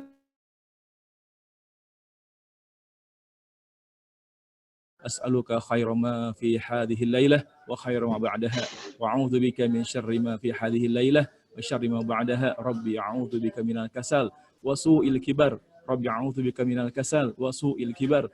Rabbi a'udzu bika minal kasal wa su'il kibar. Ya Allah, aku berlindung padamu dari kemalasan dan kejelekan di hari tua ya Allah. Rabbi a'udzu bika min adzabin finnar wa adzabin fil qabr. Allahumma bika amsayna wa bika asbahna wa bika nahya wa bika namut wa ilaikal masir. Allahumma anta rabbi la ilaha illa anta khalaqtani wa ana 'abduk wa ana 'ala ahdik wa wa'dika mastata'tu. A'udzu bika min syarri ma sana'tu. Abu'u laka bi ni'matika 'alayya wa abu'u bi dzambi faghfirli ya Allah, ampuni kami ya Allah. Faghfir lana ya Allah, ampuni kami ya Allah, fa innahu la yaghfiru dzunuba illa anta. Allahumma inni as'aluka al-'afwa wal afiyah fid dunya wal akhirah. Allahumma inni as'aluka al-'afwa wal afiyah fi dini wa dunyaya wa ahli wa mali. Allahumma astur awrati wa amin rawati. Allahumma ihfadni min bayni yadayya wa min khalfi wa an yamini wa an shimali wa min fawqi wa a'udzu bika bi'azamatik an utala min tahti. Allahumma hafadna min qarana, Allahumma hafadna min qarana, Allahumma hafadna min qarana, Allahumma hafad ahlana min qarana, Allahumma hafad ahlana min qarana, Allahumma hafad ahlana min qarana, Allahumma hafad jarana min qarana, Allahumma hafad jarana min qarana, Allahumma hafad jarana min qarana. Ya Allah, jagalah kami semua dari wabah ya Allah, khususnya wabah corona ini ya Allah, keluarga kami ya Allah, teman-teman kami ya Allah, saudara-saudara kami ya Allah, tetangga-tetangga kami ya Allah, baik yang dekat maupun yang jauh ya Allah, ya Allah, ya Allah. Allahumma alimal ghaibi wasyahadah fatiras samawati wal ard rabb kulli syai wa malikah asyhadu la ilaha illa ant a'udzu bika min syarri nafsi wa min syarri syaitani wa syirki wa an aqtarifa ala nafsi su'an ajruha ila muslim. Bismillahilladzi la yadurru ma'a ismihi syai'un fil ard wa la fis samai wa huwas samiul alim. Bismillahilladzi la yadurru ma'a ismihi syai'un fil ard wa la fis samai wa huwas samiul alim. Bismillahilladzi la yadurru ma'a ismihi syai'un fil ard wa la fis samai wa huwas samiul alim. Ya Allah, dengan nama-Mu ya Allah yang tidak akan memberikan mudarat ya Allah, tidak akan bisa memberikan mudarat ya Allah, yang ada di dunia ini ya Allah, yang ada di langit ya Allah, dan Kau Allah yang maha mengetahui lagi maha mengetahui, maha mendengar lagi maha mengetahui. Rabbana la tu'akhidna in nasina wa akhtana, Rabbana wa la tahmil alaina isran kama hamaltahu ala alladziina min qablina, Rabbana wa la tuhammilna ma la taqata lana bih. Ya Allah, jika ini adalah bagian dari dosa kami ya Allah, janganlah kami ya Allah, janganlah Kau siksa kami karena kami bersalah dan kami lupa ya Allah. Ya Allah, angkatlah musibah ini ya Allah. Ya Allah, Rabbana atina fid dunya hasanah fil akhirati hasanah qina adzabannar. Ya Allah, berikanlah kebaikan bagi kami semua ya Allah, khususnya bagi Tiksar ya Allah, bagi semua anggotanya ya Allah, sanak keluarganya ya Allah, anak-anaknya ya Allah. Ya Allah ya Rabb, kami mengharapkan kebaikan dari Engkau ya Allah, dari hanya-Mu Engkau ya Allah. Subhana rabbika rabbil izzati amma yasifun wa salamun alal mursalin walhamdulillahi rabbil alamin. Wassalamualaikum warahmatullahi wabarakatuh. Waalaikumsalam warahmatullahi wabarakatuh. Alhamdulillah, adem. Terima kasih kawan-kawan sekalian. Syukur alhamdulillah acara ngabuburit Tiksar online sudah kita lakukan. Sebagai penutup mungkin dari Pak Ketua ada kata-kata terakhir untuk season yang kali ini, Pak Ketua. Ya, terima kasih. Ya, terima kasih Ci Niam, juga teman-teman yang udah sharing tadi semuanya. Semoga sesi kali ini bermanfaat buat kita semua. Kemudian nanti untuk agenda selanjutnya halal bihalal, kita akan komunikasi lewat grup WA ya, detailnya nanti seperti apa ya. Semoga bisa dilakukan dalam kondisi yang lebih baik ya, tapi kalaupun tidak ya virtual juga nggak apa-apa. Saya rasa itu. Kemudian nanti tolong update alamat masing-masing ya ke Bu Margi. Bu Margi akan kontak ke teman-teman semua untuk kita bisa kirim masker tadi. Ya, saya rasa itu.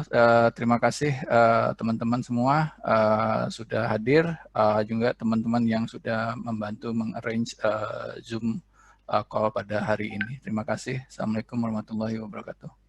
Waalaikumsalam. Terima kasih Pak Ketum.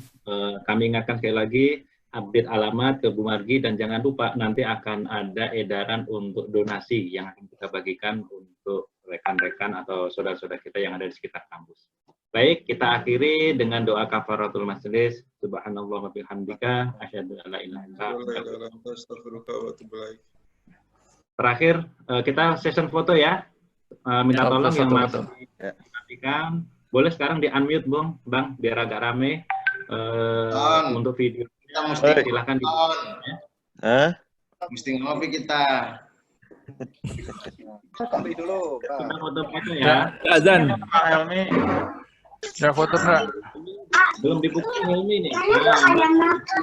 Oh, Kang Helmi. Ramai tuh. Jack, Om Jack, Om Mohi, ayo kita ngopi lah. Di Bandung. Oke, foto ya. 1, 2, 3. Sekali lagi. Aduh. 1, 2, 3. Oke. Dexter tuh bukannya begini ya? Jadi. Nggak begini ya? Sama yang sama. Sama ini. Benar. Gimana? Oke, lagi. 1, 2, 3. Satu kali lagi. Ada 2 page soalnya. 1, 3. Oke. Sip.